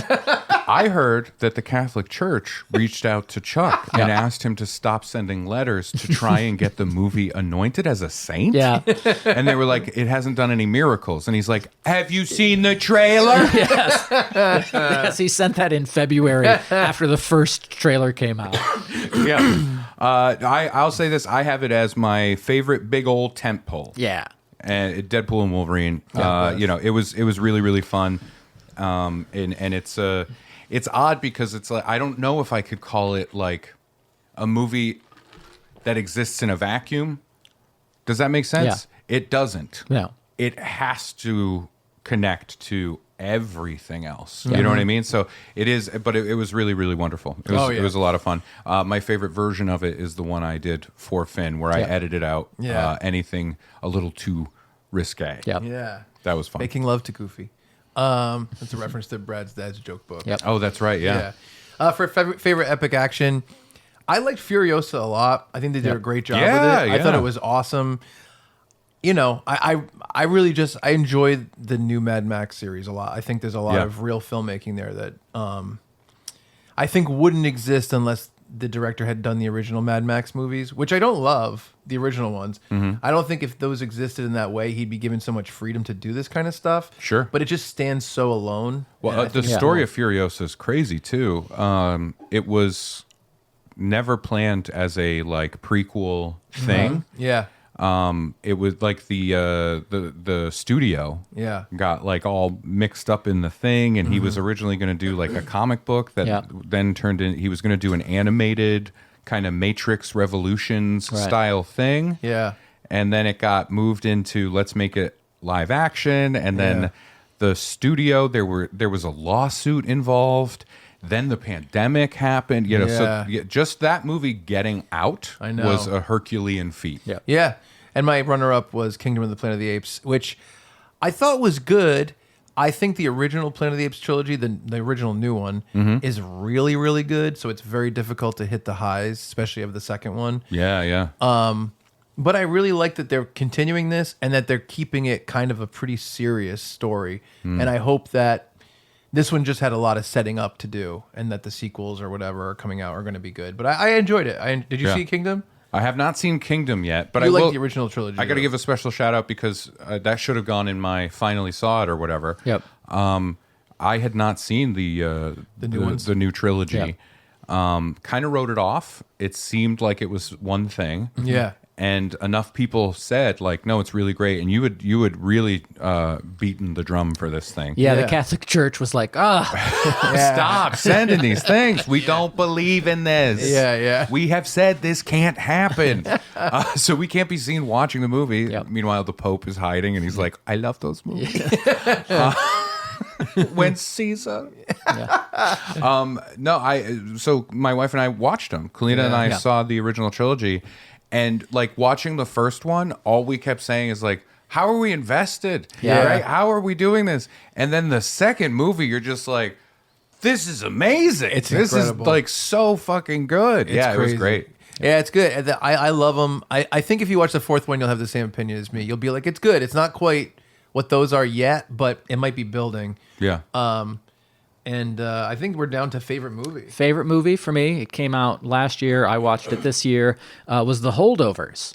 Movie about kind of Christmas break at a boarding school. Yeah. As somebody who worked in student housing for years, I was like, I have a problem with the science behind this movie. Yeah. With how they're treating their students. But no, it's Paul Giamatti crushed it. And oh my God, please. It was just like well written. I cared about these characters. Yeah. It felt real. Like nobody felt like they were acting in this movie. So I really, really enjoyed The Holdovers. I loved it. And a shout out too for the filmmaking of it. Yeah. It's shot the way a film from the 70s was shot. We're talking like big wide shots, landscape shots that zoom into someone or the reverse.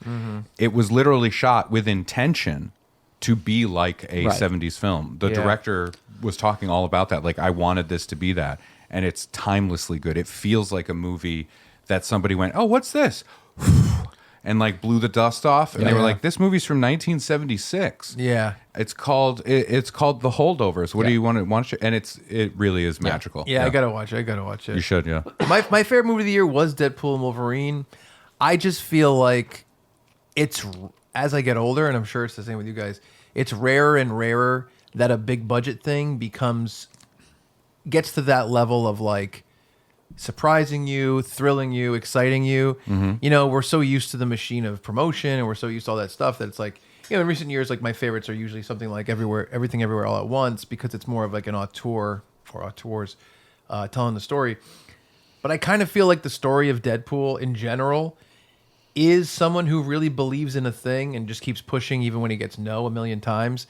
And for it to get to the heights that it got to, especially with this, and Hugh Jackman, Hugh Jackman is like swinging for the fences as an actor in this movie. Oh, sure, which is yeah. outrageous. Yeah, he shows up. You know, and on top of that, you have someone, you know, like Ryan Reynolds and the director and all these people kind of like really bringing a comedic sensibility that is pretty unique to them and making that the forefront of this thing, as well as obviously all the other pieces of it. I just really think that they promised a lot and delivered. You know, and it's funny because going back to when we were kids, it's like things like Raiders of the Lost Ark and Jurassic Park and Back to the Future, all those things.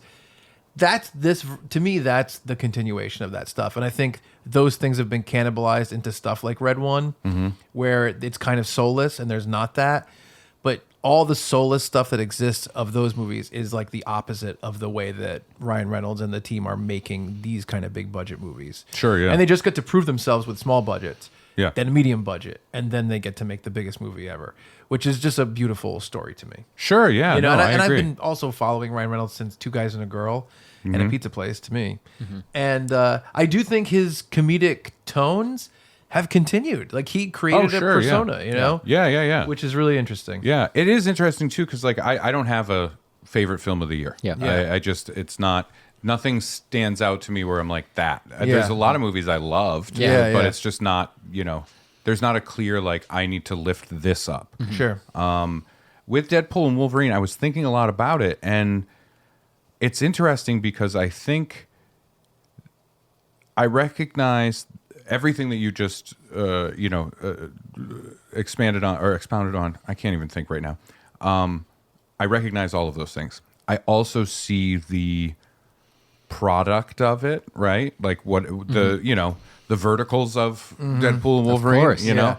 And I think where I land on it is the idea that it's the good version of that thing. Exactly. Because they do care. And in a world where movies came out that didn't talk about verticals, this shouldn't be the top thing of like, look, wow, people care. Does that make sense? I agree. But we are where we are, and it is that thing. So I recognize that. Yep. You know, I wish we could get to a place where it's like that doesn't make it unique. You know what I mean? Exactly. And I think the steps on the way here, because when they made the original Deadpool, the idea of making a movie of this scope that would reach this many people, I think was like no one believed that was possible. Yeah. And it was them kind of clawing their way up over the past 10 years or maybe 15 years. I don't even know when they started production on the original animatics. And that's what I think makes it great. Yeah. And it's the same thing of, we talk about the idea of something like Home Alone, where it's like, that was just an idea. And it was like, one studio was going to make it. The budget got too high. Daniel Stern asked for too much money. Another studio takes it and they're like, we just believe in this idea. And it just hits and goes. And back then, I think it was more organic and it was easier for studios to go, it's a great idea. Let's roll the dice. And now that doesn't exist. So instead of rolling the dice in that way, you almost have to build it by steps to be like, no. Look how many people watch this one. No. Look how many people watch this one. Yeah. And now they'll be like, all right, we'll roll a little bit more dice on each time you do this because you've proven your success. Yeah. So it's interesting that one of the movies that we talked a lot about this year was The Substance, because I think that's what's missing from so much of it. Exactly. Is substance, where we do get to a place where it's like, yep, this is that movie that takes this and combines that, and let's talk about the verticals. And it stars leading people, and now the leading people will be back for the other big thing because they don't have any more ideas, and it bums me out, and that's what makes me want to highlight those other things. You know what I mean? It is interesting. I think that a great way to think about it is like the Dark Knight was a great example of like, on the studio side, they're like, all this lines up to make sense for us, and then on the creation side, you got a lot of great people doing a lot of great things. Yeah. And I just think that those things line up perfectly very, very rarely. Oh, sure. That's what it is. You know what I mean? Well, and we're also in a scary place. This is going to get even more dark, but we're in a scary place where even the established mainstream blockbustery thing is precarious. It is wobbling. Yeah. And the the bedrock beneath it is crumbling away. Yeah. And I think it's like this kind of free fall panic that gets you to that place. And it's a struggle. It's scary. It's really we're in a weird place. I agree. Yeah. I have a favorite older movie I should have seen before. Hit it. Okay. They Live, which I love. Oh yeah, it's great. And Lost Boys. Yeah, that's fun too. And then also, Saxophone. he's not gonna love this. The Child's Play series was so much fun to watch all of them. They were so great, especially the first one. But a lot of great artistry, a lot of great stories behind the scenes of concepts and ideas and how things moved. And again, kind of talking about the idea of something like, Home Alone, where it's like, this isn't built because this is a proven fucking equation. Yeah. And I think Child's Play is the same thing in terms of the voodoo and all that kind of stuff. Ooh, now I want to see Kevin McAllister. Yeah. Square Protecting his home Double up. from a Chucky. Oh, yeah. Two my Chuckies. I would love it. The paint cans just go over Chucky's head. Huh? Do you have any favorite older You guys stuff? give up or are you thirsty for more? And he goes, I don't get thirsty. Yeah. I'm a doll, bitch. Yeah. Right? I'm made of plastic. I get horny. You gonna help me with that? Once I get up these stairs, you're fucking dead. Yeah. I'm done with movies. Forever. He's trying to like climb the stairs. I also have the Independent Spirit Award, which is just like the kind of the out there thing. You realize that's an actual thing, Right. And That's why we put it. Our old notes were like not affiliated with the actual. Goes Independent to Spirit. you're not gonna believe this. Deadpool and Wolverine. No, it goes to Joker too, because it was just crazy, and I really agree with Quentin Tarantino's assessment of it, which is like this was someone who didn't think there should be a sequel, who didn't want to make a sequel, and who was basically like, okay, we're going to make a sequel, and I'm going to make it whatever the fuck I want. Sure. And I think everybody... That was Gremlins, by the way. Yeah. Truly. Yeah. I think Joker 2 and Gremlins 2 are the same thing. I was thinking about this the other day. I was like... Because Aliens 2 is a version of that's not quite as wild of a swing.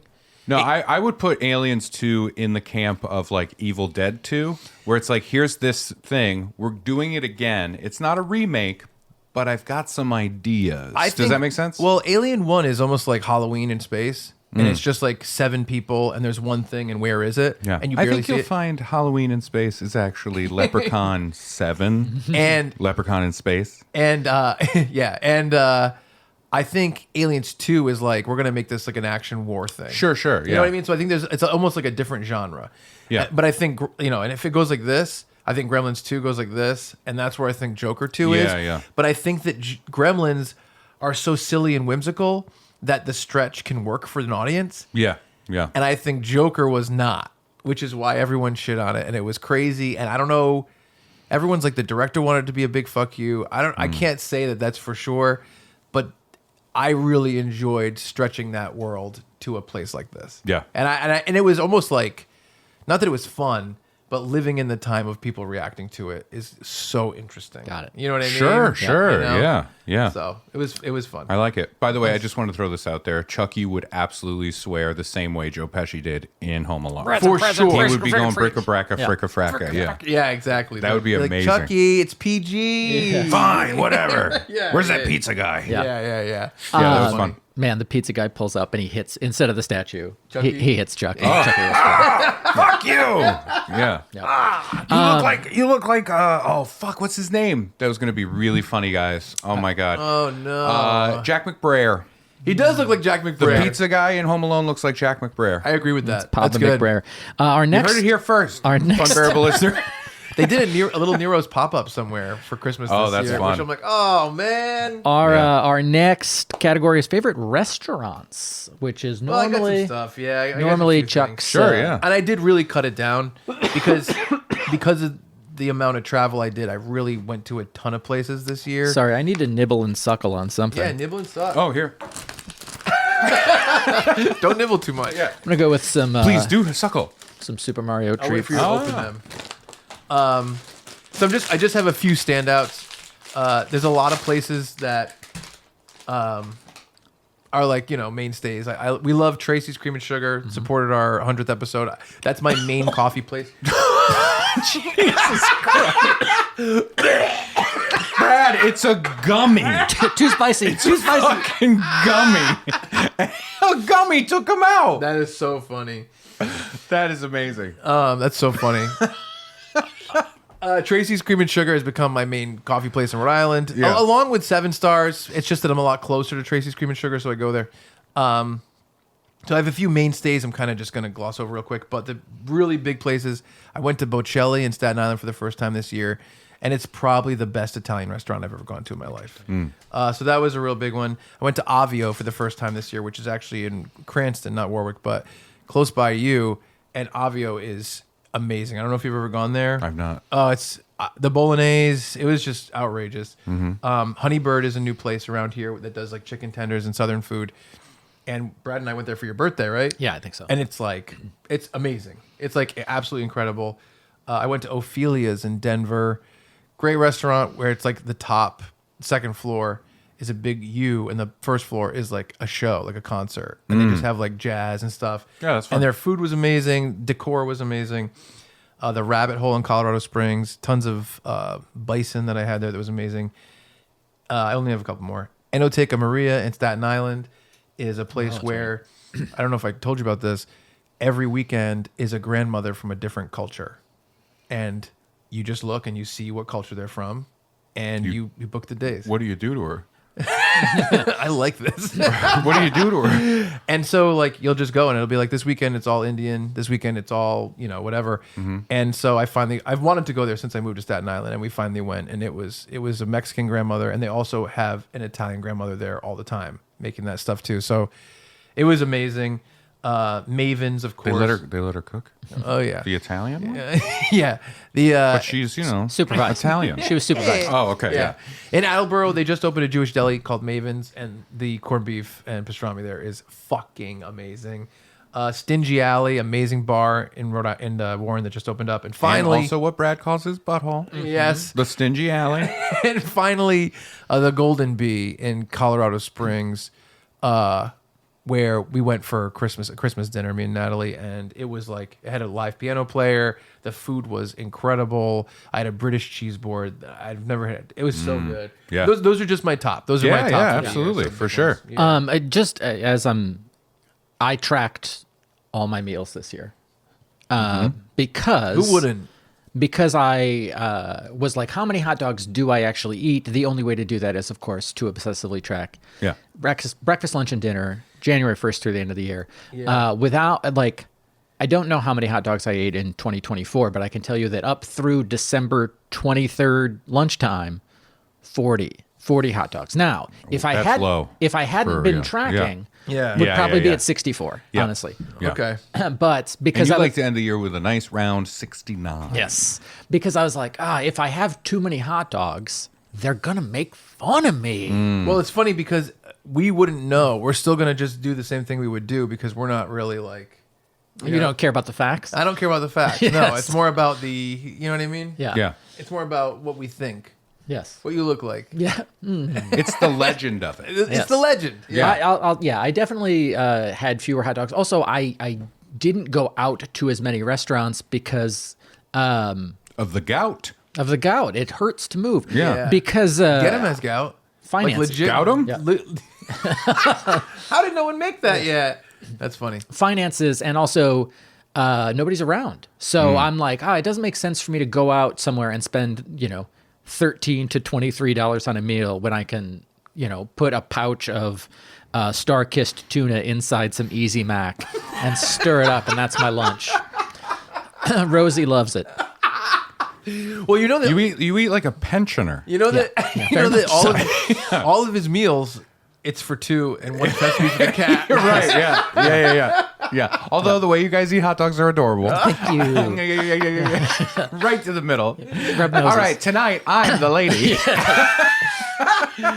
Oh man. Yeah, I had some fun meals. Yep. They were good. I liked them. Yeah. I had. That's what I like to hear. Yeah, I had. I was in Denver as well, and I had that beautiful two Michelin star restaurant. Yep.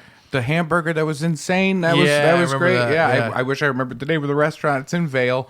It was beautiful. It was one of those meals where I sat down and I was like, I wouldn't eat here because it's so fucking expensive. Yeah. You know what I mean? Yeah. But because I'm here as a guest, this is wonderful. Yep. Yeah. I appreciate it. And I think the meal of the year would probably have to be, it's tied. One is in Dromelin Castle. Yes. Just for Finn's sake, we got room service for dinner the first night we were there. Just for Finn's sake. We wanted to give him like a Home Alone 2 moment, right? Yeah.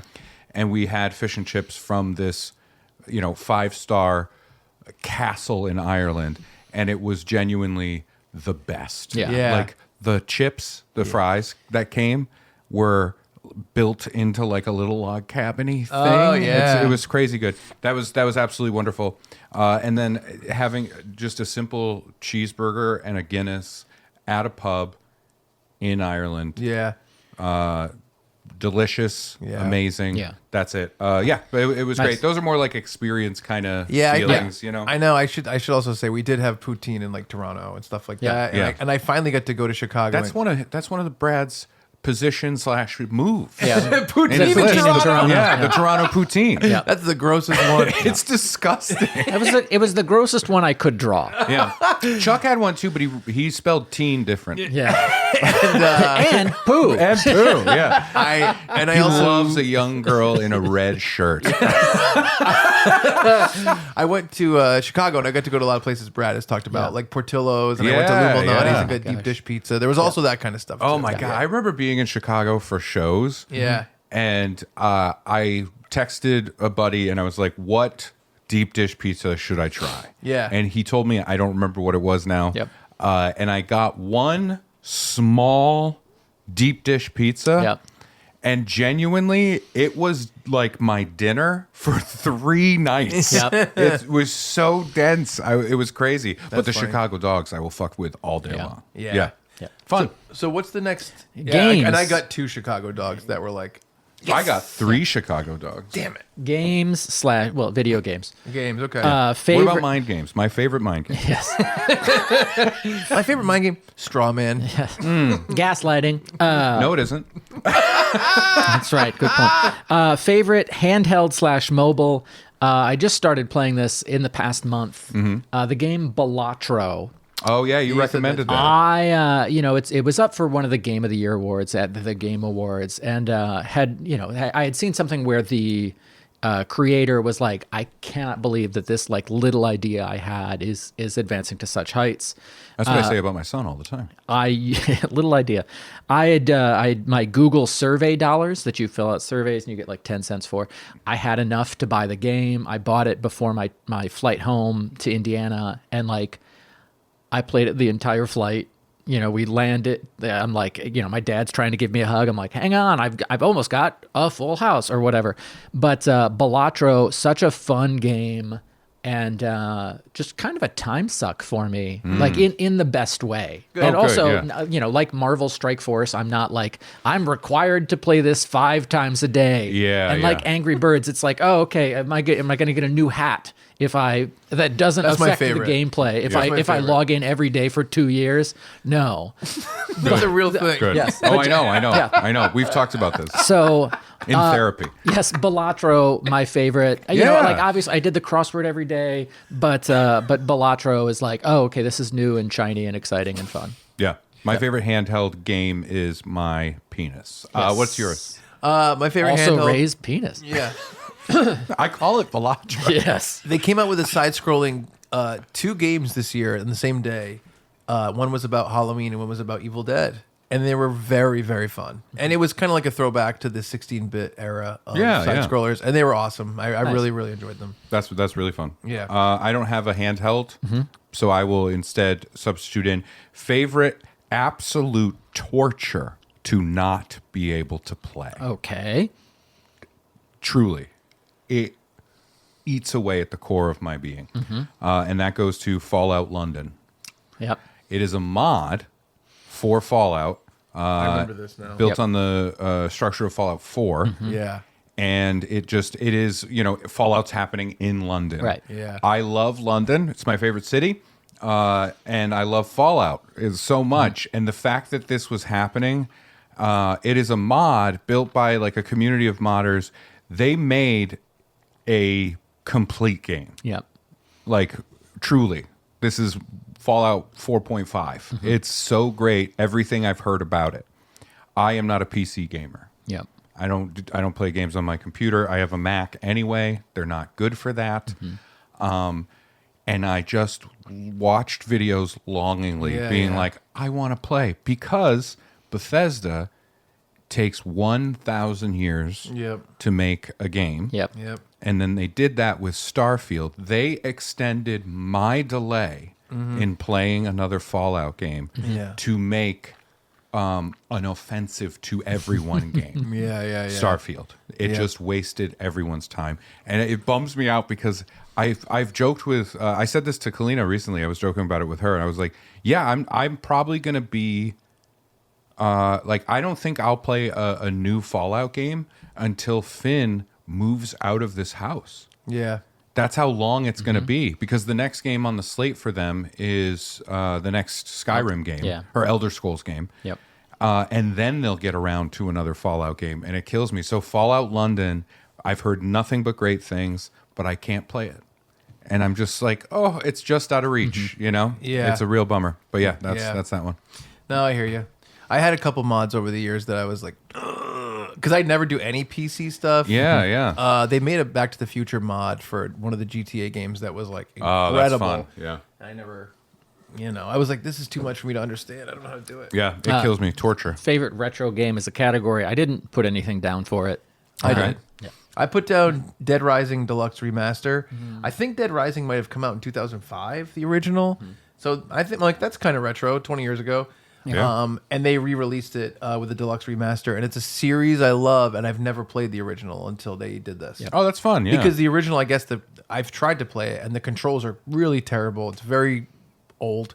Yeah. And when they redid it, they basically were like, "We're going to redo the whole thing and just make it very modern." And I really, really, really enjoyed it. Yeah. Mine is not quite that as well, but it's close. And I'm gonna call it my favorite slept on game. Yeah. Right. But it's also kind of retro because the first one came out I think in 2001. Yeah. Okay. And it's the Mafia trilogy. Oh yeah. I wouldn't shut up about it. Yep. I fell deeply into it. Yep.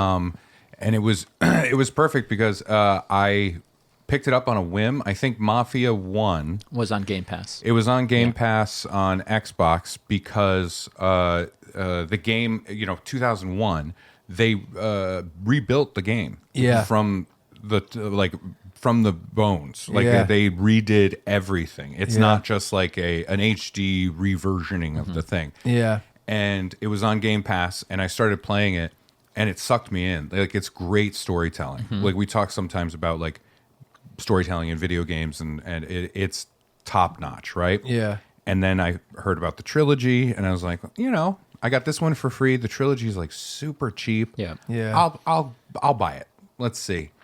Played through 2, loved it. Again, really strong storytelling.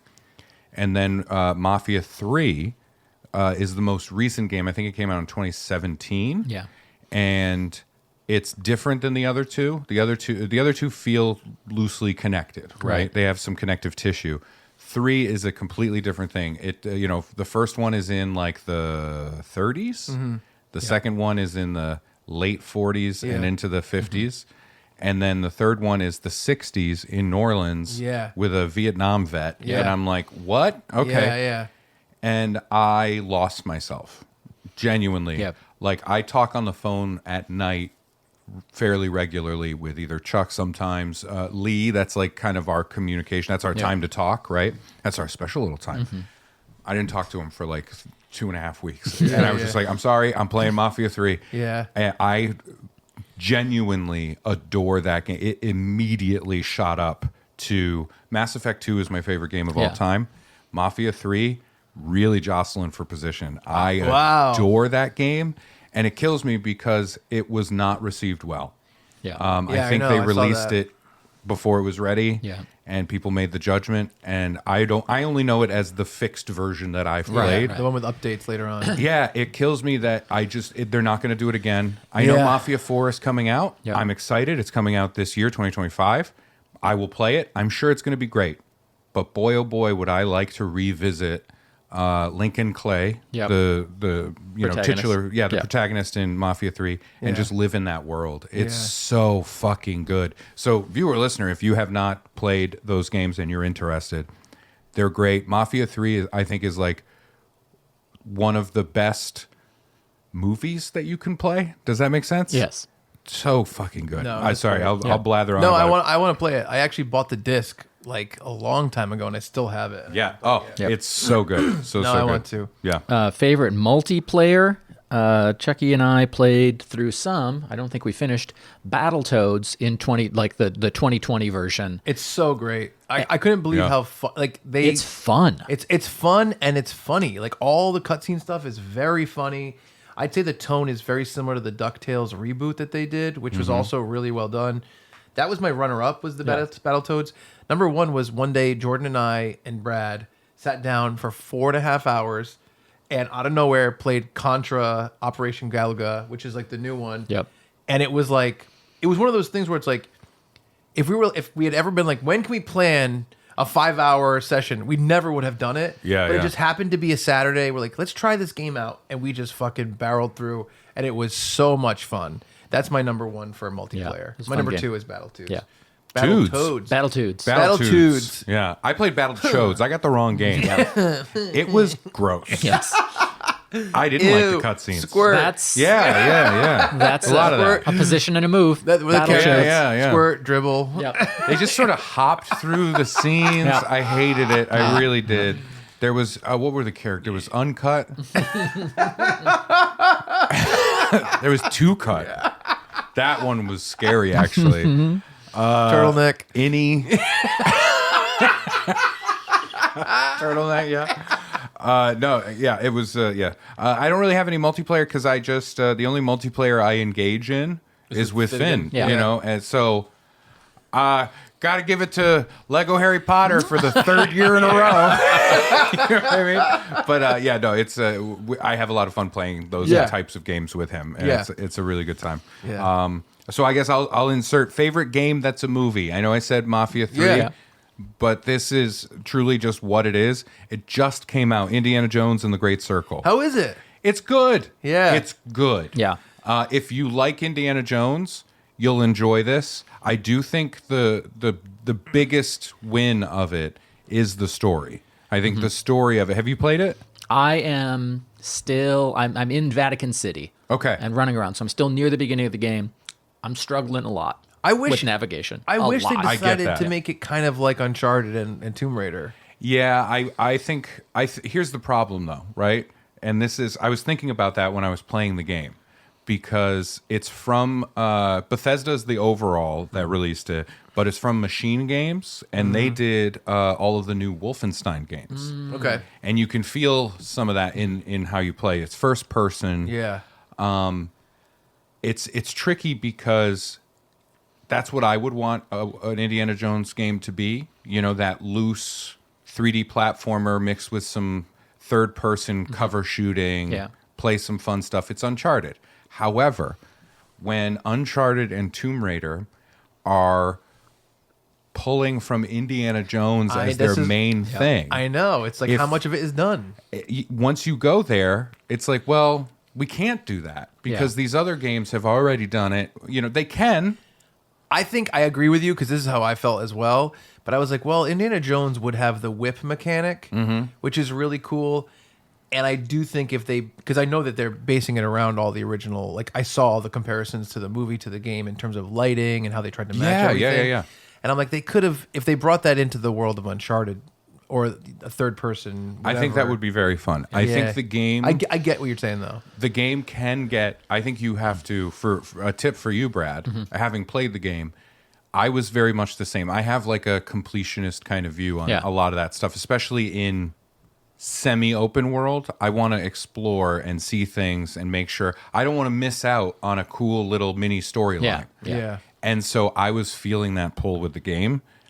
The best thing that happened was I was like, I can't do this. It's monotonous.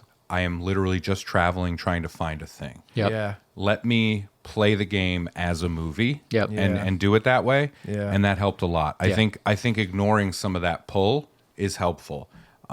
Because there is stuff in the game where I'm like, unfortunately I think it gets pretty repetitive in terms of the gameplay loop and what you can do in the game as a first person. Really just it's a cover based game. It's just hide in the shadows, wait. It's a what do they call that? Oh my god, stealth. Stealth. It's a stealth based game. You're just sneaking. And by the end of the game, I was like, I'm ready for it to be done. Right. I'm done waiting in the shadows. Does that make sense? I'm charging these fascists, but like I pressed the wrong button, and now instead of like it's very a clunky. cane, I'm holding a croissant. And I'm like, let me punch him. And I'm like eating the croissant. And I'm like, I do like that. True, I do like, I'm sorry, the cornetto, because we're in Italy. Ciao Bella. Yep. But I will say this, the story I really like because I love the Indiana Jones stuff when they get into the Christian mythology stuff. You know what I mean? The Holy Grail is such a fun thing to play with in that world. Yeah. And as soon as the game started and brings you into the Vatican at that time, I was like, this is perfect. We're talking about like the Nazi rise. We've got Mussolini. The Vatican is such a fun place to go find like legend and find things that are you can uncover and mysterious puzzles to unlock. That's cool. It really is. So I like the story.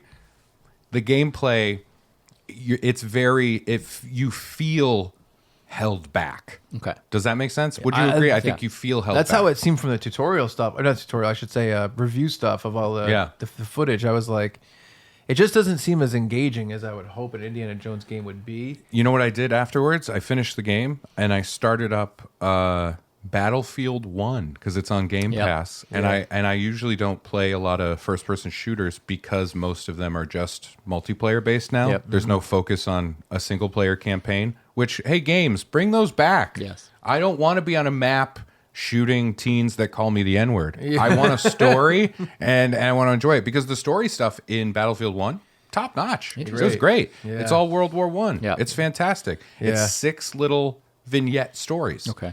But I went to that because I'm like, that is move and shoot. Yeah. Which playing Indiana Jones, I'm like, come on, man. Yep.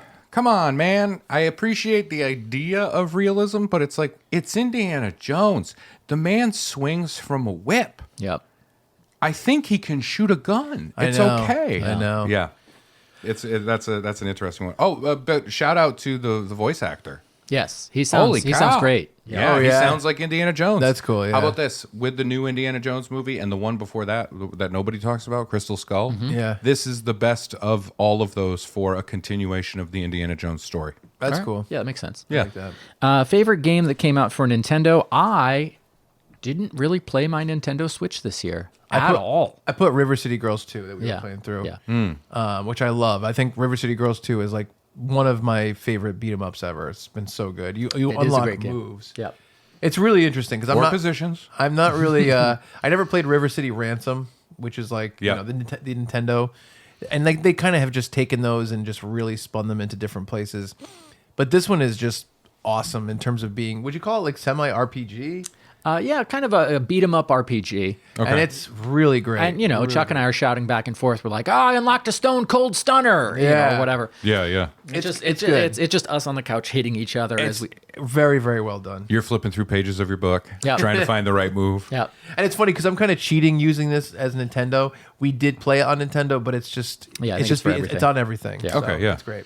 Yeah. And we played River City Girls 1 as well. It's just River City Girls 2 is the best version of it. I don't have a Switch one, Nintendo one. I mean, there is a game. Oh, and I forgot the name of it. Matt Berry is the narrator of this game. It's like very short. It's $20. It's that kind of top-downy view of a town. Okay. And it's like a British town, and it's like they coined the name a slapformer game and like platformer but Yep. slapping. Yeah. And it's just supposed to be cute and funny and a little bit naughty with its humor. Oh, But boy. when I heard Matt Berry was Yeah. narrating, I was like, I want this game. So I have that as I got to get this. Unfortunately, it's not on. It's on PlayStation. It's not on Xbox.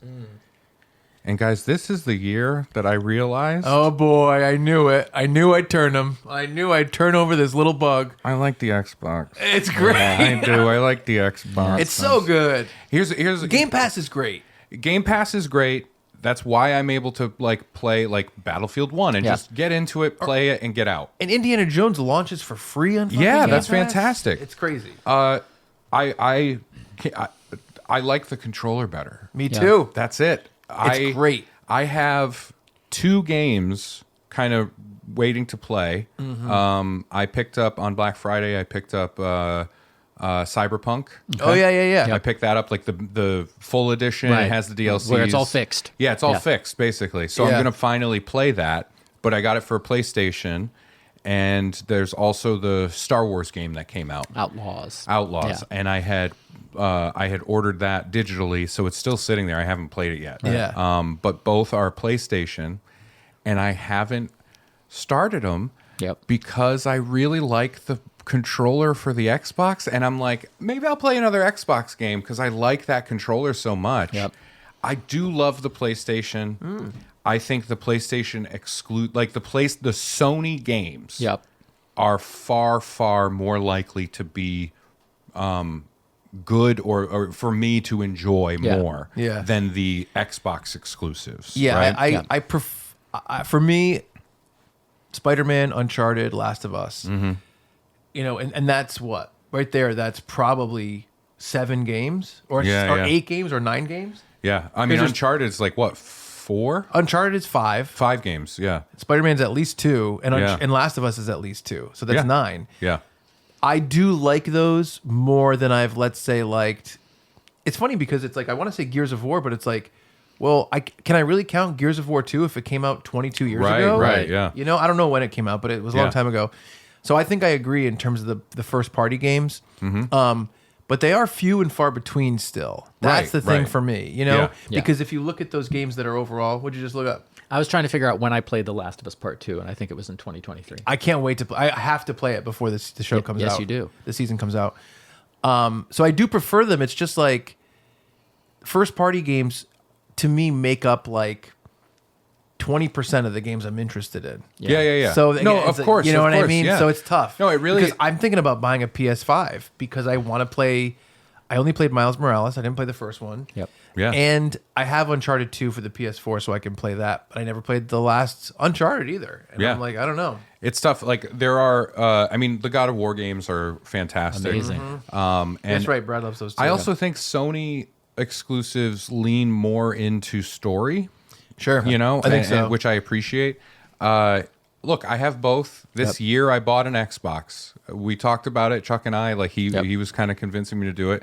I bought the cheapest version I could, and you know, got into it. I bought it originally so I could play Starfield, which was going to be an exclusive, and then was immediately like, I did all of this for this game, right? But so I've really enjoyed getting into stuff that I couldn't play before, right? Yeah. And the controller is better. It just really is. And I remember friends being like, "No, I like Xbox more. The controller is way better. The PlayStation controller is no good." I think it's fine. I think the PlayStation controller is fine, but that Xbox controller, they know what they did. They made it. If I could switch and just use the Xbox one, I absolutely would. Yeah, you can do it on the Switch. You know, you can use an Xbox. Yes, controller you can use it on the Switch, and you can use it on like PC or whatever. Yeah. But so I have those games, and I'm just like, I'll play them. I will. Yeah. I like you still. Don't worry. Sometimes I say that to my PlayStation. I'm like, no, we're still friends. By the way, another game that's coming out, PlayStation exclusive, is going to be Wolverine, which is kind of not a continuation of Spider-Man, but no, it's from the same company. Yeah. So, and it's going to be fucking awesome. Oh, of course. You know what I did wonder about though with that game? I'm like, is it going to be open world? Because Spider-Man open world traveling is fun. Yeah. That's the highlight. No, I saw the leaks of Wolverine and how he traverses. Oh, okay. With everything like climbing and like kind of like sliding on stuff. It's fucking cool. I guess I hope it's not like Wolverine basically web slinging through New York. I'd be like, I don't want that. So because Wolverine doesn't do that. It looks a little bit closer to like an Uncharted game in terms of how close up everything is. That's what I was hoping. Yeah. And then Insomniac, the same developer, also made a game called Sunset Overdrive that I fucking love. That's an Xbox exclusive, and the traversal in that is really a thing on its own, and it's fucking. It's basically the grinding from Tony Hawk, right, which is it's amazing. Yeah. But have you seen the grinding, by the way? The grinding, and Tony Hawk is the villain. yeah. They did a long legs to him. It's actually the grinding. The grinding. Sorry. Yeah. Favorite Sony game. Favorite Sony game. I wrote Spider-Man 2. I played through it this year. Okay, yeah. I thought it was. Oh, there's a lot 3 of fun. Spider-Man games. Yeah, Spider-Man 2, and Spider-Man Miles Morales. Yeah. Wow. Okay. No, I haven't played it. Which, by the way, all of them bangers. I love. Oh yeah, of course. Yeah. Favorite Microsoft game. Through Game Pass, I played South Park: The Fractured But Whole, and it was super fun. Wait a minute, I just got it. Yeah, I thought it was great. I thought it was super fun. You know, I played Stick of Truth several years ago, probably also on Game Pass, and I'm not normally a turn-based me neither battles guy, but like it's South Park. Like it's I mean, because of the animation style for the show, like it's very easy to replicate that for the game. You know, irreverent humor throughout. And yeah, I really enjoy. I started out. I'm like, ugh. I guess I'll just play this until Indiana Jones comes out, and then I was like, "Woo!" I know that kid. They really tried to make it fucking excellent. Yeah, yeah. That was the first one, right? Because there's two of them. The first one was Stick of Truth. Oh, the second one. Yeah. Stick of Truth is like fantasy, Lord of the Rings. Fractured But Whole is the Marvel Cinematic Universe. Yeah, I know that they really were like, because there's been some shitty South Park games. Yeah. And I know that they were like, we love video games, so we're kind of taking this back and making it a big deal. That's fun. That's really cool. And speaking of, it reminded me, did you go, you said you were going to go back to Mafia 3 because you played it for a little while and then dropped it. I played Mafia 1 all the way through, and I started Mafia 2. Yeah. And then put it down to pick up something else. Okay. And then just haven't picked Mafia 2 back up Oh, yet. Yeah. But you played 3? I played 3 when Chuck bought it for me in 2018. Okay. Yeah, right. I will say the gameplay loop on 3, I agree, is too repetitive. I was trying to 100% it. It is too repetitive. Yeah. But if you pace yourself the right way and you pull in the DLCs after, like, take over this territory, then play a DLC. Yep. Yeah. It's So I forgot because you had said you were going back to it, so I just wanted to make sure. Cool. My favorite overall game. Well, my favorite Microsoft game was Dying Light 2. I just, at some point, they updated Dying Light 1, and I went back to it, and I beat everything that they added to it, which is an incredible value. If you haven't played Dying Light 1, I think it's a game all on its own. Look up the reviews. The reviews are like 10s across the board. And Dying Light 2, I got into deeply at the beginning of the year, and I just was like into it for months and months and months and months, and it was so much fun. I still haven't beat it, even though I've put like 70 hours into it, which is fucking, it's so good. That's sad that you can't finish it. Yeah, I know. I'm trying. You've had to play for 70 hours and you can't beat it? I'm sorry. I like taking that idea. Right? Yeah. No, that game was so good. I've put 120 hours. I still haven't finished it. And somebody's like, that guy sucks at video games. I thought I read that the game was 3 hours long. Yeah, but it's real hard. It's real hard. God, I can't. Yeah. It took me 3 days to figure out you hit X and then he climbs it. Oh my God. Yeah, that is funny. I like that idea. Yeah. my favorite overall game. I replayed Fallout 4 this year, and I think I understand the mechanics of the game better than I did the first time through. Okay, yeah. That's great. I mean, I also played New Vegas at the start of the year. Sure, Then that's I great. replayed Skyrim, and I was Skyrimming along, and then I found a glitch that you can like super power up your weapons and armor, and I'm like, well, of course I'm going to do that. But And then the game wasn't fun? Then the game wasn't fun. Yeah. And so Fallout 4 to be like, oh, okay, like it's about exploration. It's not like I have to do this, like Exactly. And just not caring as much about the settlement stuff, having all the DLC available right at the start. Yeah. Just such a fun playthrough. And it's included in Game Pass, so it wasn't new dollars out of my pocket. And I put like 70 hours in. I did finish the game. Good for you. Yeah. No, Fallout 4 is really fun to just revisit and play through, I think, because it has its storyline. Yeah. I love Fallout. It has a storyline. It is the weakest storyline of all of the Fallout games. Yes, very much so. I know that. I get it. I recognize it. But my rebuttal is, who cares? Right? Because the story in Fallout, for 3, and I'm going to say it for New Vegas, and there's going to be people that will be so mad because if you besmirch New Vegas, you're going to be killed. Yep. Whatever. It's fine. I think it's, the trope of Fallout is you eventually have to side with a faction. Yep. Yeah. And for, I think, all 3, New Vegas and 4, the factions that I end up with, I'm just like, it's like the least of, it's the least problematic of all of them. Right. So I guess I'll do that. You know what I mean? Yeah. So that part of it isn't there. It is about the exploration. It is about getting absolutely lost in this game. Yeah. You know what I mean? Yeah. Really immersed in that idea and knowing what your inventory is and looking for a thing, and I want to check out that thing on the horizon, and that's so fun. That's how Dying Light is to me. And I think that I have to find time periods in my life where I can be that invested in the game. Sure, yeah. And after Christmas, like in January, February, I think is the best time for that. Yeah. Which is how I got back into Dying Light too. That's fun. That really is. For favorite overall, mine was World War Z. I ended up playing it online with Natalie. It was a really funny development to be in a long distance relationship and be like, I was playing Dying Light on the phone with her every night, and she's like, "Oh, game sounds fun." I was like, "Do you like video games?" You were asking her to help you beat it? Yeah, exactly. Yeah, She's like, press X to climb up, Chuck. If a witch doctor said this, this, and this to you, what would you say back? It's yes or no. But I keep saying no, and I'm not getting anywhere. But there's also the third option. Tell me more about that cup. Yeah. So she was like, "Yeah, I like video games," and she kind of got into the fact that she's like, "I stopped playing video games because I got too into Fable." She got really into Fable and Legend. They played the Legend of Zelda: Breath of the Wild. She's like, "I beat it twice in a row." She's like, "And I don't like how I get with video games." And I was like, "All right, let me buy you an Xbox." So we beat World War Z. And that came out a long time ago, but then they released a whole new edition of it where they added first-player controllers as a first-player camera as opposed to third-person first-person camera. And it's like it's just like a sequel to Left 4 Dead. And Left 4 Dead 2 is like one of my favorite games of all time.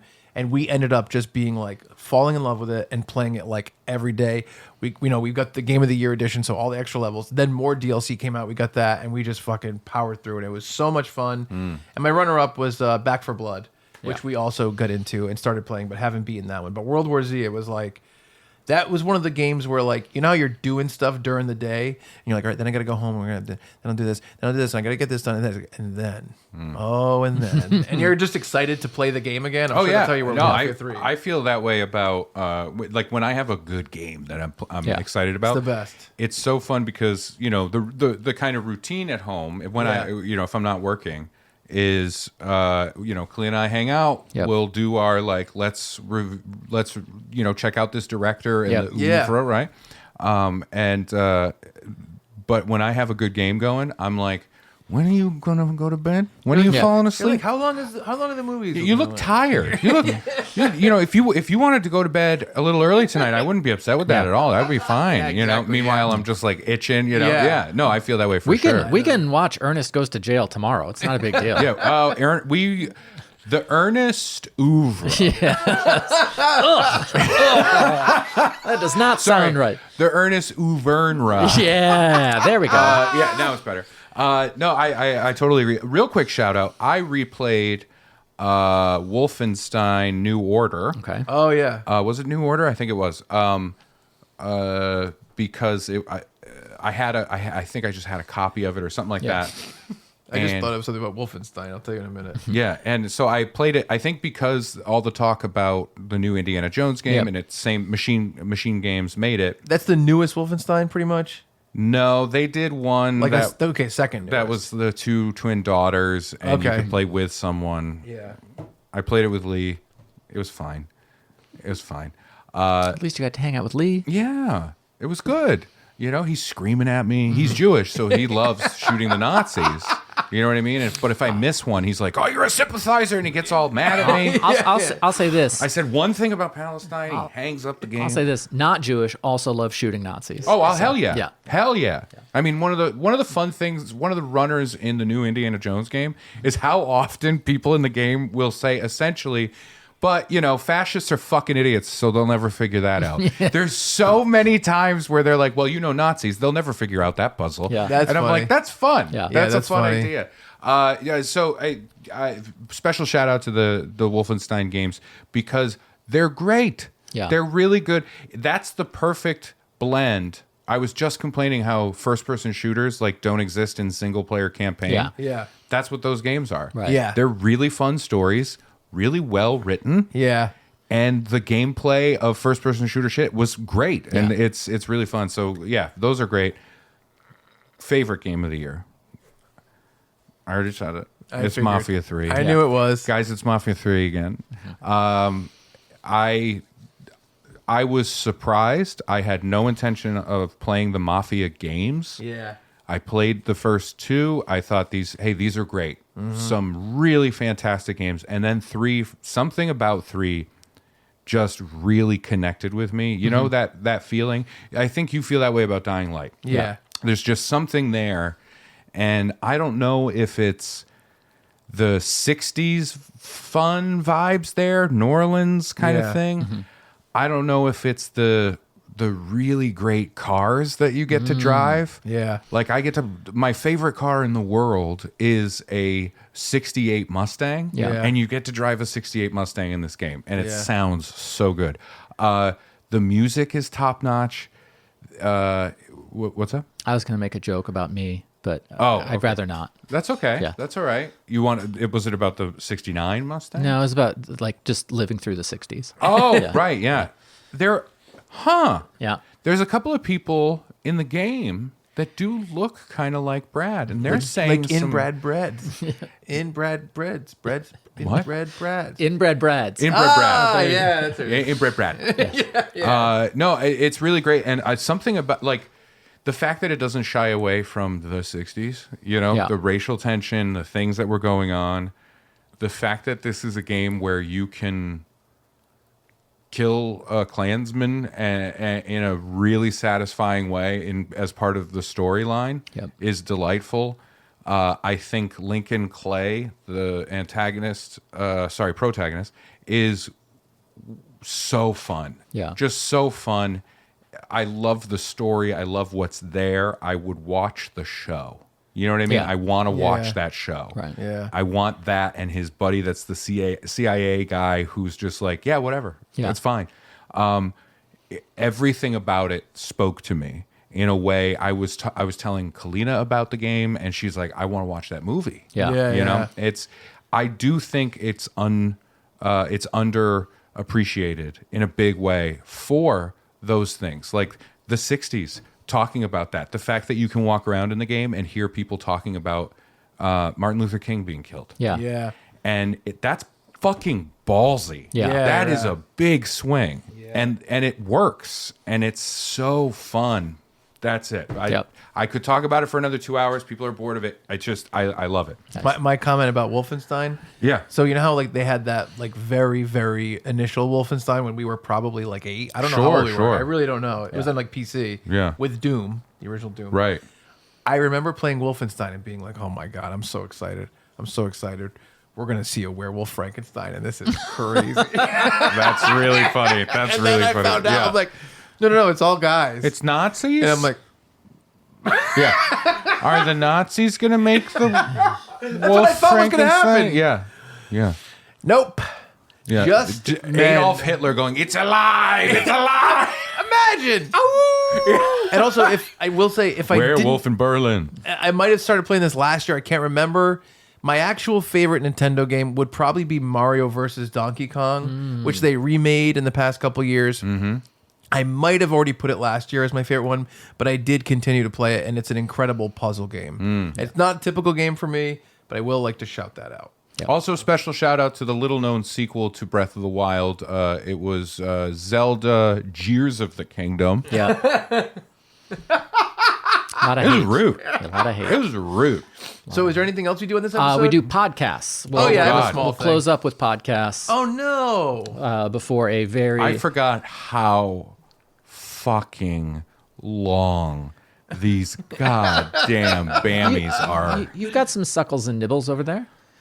I'm going to suckle on the barrel of a gun. I'm trying to Nibble a bullet. Trying not to choke on a gummy. Yeah. Yeah. Yeah, so I think I didn't do Mario vs. Donkey Kong last year. So my podcast stuff is really short. I have my mainstays, which are, Tell 'em Steve, Dave, and Tuesdays I'm involved with, obviously. Support Reviewing History with Brian Rupert, our buddy. How Did This Get Made is awesome. Halloweenies is awesome. I check in on WTF with Mark Maron. Stuff You Should Know is fun. I really love Neil Brennan's Blocks. Mm-hmm. I think Are You Garbage is a solid podcast, and Conan O'Brien is like the king. He's the best. But my new ones for this year, the Lonely Island and Seth Meyers podcast, where they go through every digital short and sketch they've ever written. I really think that SNL has been mined for a lot of stuff. Yeah. But I haven't heard a lot of people talking about SNL like this on this show. They talk about arguments backstage about which sketches should be cut and which ones should go between air. And they talk about the real mechanics of getting this stuff done in a way that I think is pretty interesting and insightful. It's great. Yeah. Movie podcast that I think is probably my favorite general movie podcast is Unspooled. Yeah, Unspooled's on my list too. I started listening to it this year. Yeah, It's so I good. told you to listen to it, and I was like, Oh, no, I chose to. you chose to after I informed you. I usually wait. Like you'll recommend something, and I'm like, yeah, and I'll file it. Yeah, Xbox. And then once Unspooled. someone else Agatha starts doing along. it, I'll be like, okay, now yes. Who else did it? You know, multiple people. Really? Yeah. I never hear anyone talk about this podcast. Well, I think I'm friends with Paul Scheer, and he just won't shut up about this fucking podcast. Yeah. So, well, it's funny because I think they mention it casually on How Did This Get Made, but not often. Oh, when it started, they were joking about Yes. it a lot. Yeah. Oh, Yeah. yeah. Oh, save that for your other fucking podcast. Yeah, And it's weird because Paul Scheer is super funny. Yeah. It's not a comedy podcast, really. No. It's a film appreciation podcast. And I really, really enjoy it. Yeah. I found a lot of fun stuff there. Yeah. There's a psychology podcast I listen to called No Stupid Questions. And they do a lot of things about, like a whole episode of Do You Need Closure? And it'll be like, psychological studies about how closure affects people and stuff like that. Yeah. Or things like the study of grit and different things like that. And it's really, really great. And finally, That's the sandpaper one? yes, exactly. And then finally, Land of the Giants is a seasonal podcast, and they'll do the rise of certain things. Like they did one that was all about all the dating apps. They did one that was all about Netflix and streaming services. And this year they did every aspect of the Disney Corporation. And Oh, wow, every yeah. episode was a different aspect of it Yeah. and how the company was built. That's crazy. And they're fairly dry, but it feels like you're watching a documentary. And they have interviews with like tons of people that are involved. It's really, really, there's a lot of effort put into these things. But those have kind of been my favorites. Yeah. I think Unspooled is really up there for me because it's so, I went through the backlog. Yeah, and yeah. I just favorited all the ones I want to check out. Right. So then I changed it and I'm like, all right, let's see. I'm going on a big drive. Let's see. And Yeah. I'm like, it's December, Home Alone. Let's do Yeah. it. We actually were texting about the Home Alone one, I think. Yeah. And it's great. It's just a great podcast. And, Yeah. and as much as Amy something is the other host, she's so bizarre in terms of like her feelings on stuff. But Sure. she's a New York Times movie reviewer. Yeah. And the stuff that she comes up with is just really weird, but I like her voice in comparison with Paul Scheer, who is a lot closer to me. Yeah. That's interesting that you think that it's weird. I don't get that impression. She'll just excuse, like in the Home Alone one, she's like, I don't think the Wet Bandits were doing anything that bad. Oh, sure. Yeah. And I'm like- yeah, no, that is a weird take. Yeah. And Paul Scheer's like, well, they were flooding people's houses. She's like, it's not a big deal. And she's like, and she was like, Hold on. She was talking about that because, and I can't believe this is where we are. It's just I'm funny. sure people want to hear about us talking about another podcast. She was talking about the idea that she was trying to, her take was that all the things that are happening, like at any point, they could have walked away. Yes. And Kevin escalated everything. Oh. That it was him kind of egging it all on. And it's a weird take. I agree. yeah. It's a weird take. So there's a lot of movies like Ferris Bueller, different things like that. Yeah. Where she'll just have this opinion, and I'm like, how do you possibly? And Paul Scheer is my voice Right. in the thing where he's like, these are grown men and they're robbing these people and they're flooding these Yeah, houses. yeah. And she's like, nope, this is how I feel. I will say the fun tidbit that came out of that episode about the Wet Bandits, and I think it's good for this podcast to have the information out there. So if you were a listener, if you're a fan of Home Alone, which of course you are, Yeah. I love this. It's not concrete. I think Paul Scheer said it's like there's a rumor of this. It has not been confirmed, but the rumor, and it could end up just being somebody on the internet goes, Right. you know, it'd be a cool idea. Yeah. That an earlier draft had, and you could even get rid of that. I like this as a what if, that Uncle Frank orchestrated the Wet Bandits robbing the McAllister It makes so much sense. It does. It's He's great. shitty. Yeah. He's mean. Yep. He's cheap. He Yep. has no money. And apparently there was going to be a through line of like he's out of money and he needs it. Yep. And I'm sure it was going to be like there's these stocks and bonds or whatever Right. in the house. Although that would make it too close to Die Hard. Yeah. Yeah. But I think it's a fun what if to think about. I'm happy that they did not do it. Right. It I don't think- muddies the movie. I think it muddies the movie too, but I think if it wasn't a Christmas movie, I think that's the way to go. Well, It ties it up in a I was thinking about it, and I'm like, yes, all the things that Frank does Yeah. works for this, but I like it even more that it isn't any big thing. Right. He's a shitty guy. Yeah, he's just a cheap prick. Oh, he's a fun character. Yes. He's a fun character. Yeah. I agree with that. There's actually a lot of knowledge to glean from that episode, and I think that's a good metaphor for the podcast overall because it's opinions as well as behind the scenes stuff. They just do a great mix of philosophy sometimes. Sure. Great stuff. Yeah, I absolutely agree. I'm only going to add one podcast to the list because a couple of those I really enjoy too. Last Podcast on the Left, I really enjoy that podcast a lot. I do listen to true crimey things here and there. Yep. My Favorite Murder, etc. Last Podcast on the Left, I don't listen to every episode. I tend to steer clear of. They do like talking about like aliens and cryptozoological stuff at times. But what I appreciate is they will do a deep dive on other things, right? They had a whole Black Plague, like 7-part series. That was amazing. That's cool. That's great. And right now they're doing the Black Dahlia murder. And that's really interesting. Yeah. And I like the way they do this. They take all of the dry information. It's 3 guys. It's definitely leaning towards comedic, right? And they get a chance to tell this real thing and interject with the humor. And I've learned a lot over this year listening to Last Podcast on the Left. And that's a lot of fun. Yeah, and that of is course, fun. Big Grande, any Teacher's Lounge thing. If you like joy and funny and laughing, it's good. That's nice. All right. Well, thank you all so much for sticking around for part 1 of the Funbammies. We have to record a lot more today. But we're so excited that, if this is your first visit to Funbearable, welcome. And if you've stuck around with us for a year, boy, we love and appreciate you. And we're working on it. Yeah, it'll get better. We're working on it. I promise. But if you want to send us an email, please do so, funbearablepod@gmail.com, or find us on socials @funbearablepod. For Ray Harrington and Chuck Staten, I'm Brad Rohr saying thank you so much, and we're sorry for being Funbearable. I know this is part 1 of 2 parts, but maybe somebody else could come in and do like my favorite things of those categories. You know what? The Ray Hammies. Yeah. Brad's standing in for me, Yeah. so I can't stand in for you. Okay. But someone does need to stand in for Brad. Right, because I'm going to be standing in for Right. John. Okay. Well, if you're free. As a friend, and I can do that favor for you. Yeah. All right. Appreciate it All so right. much. So give me your phone.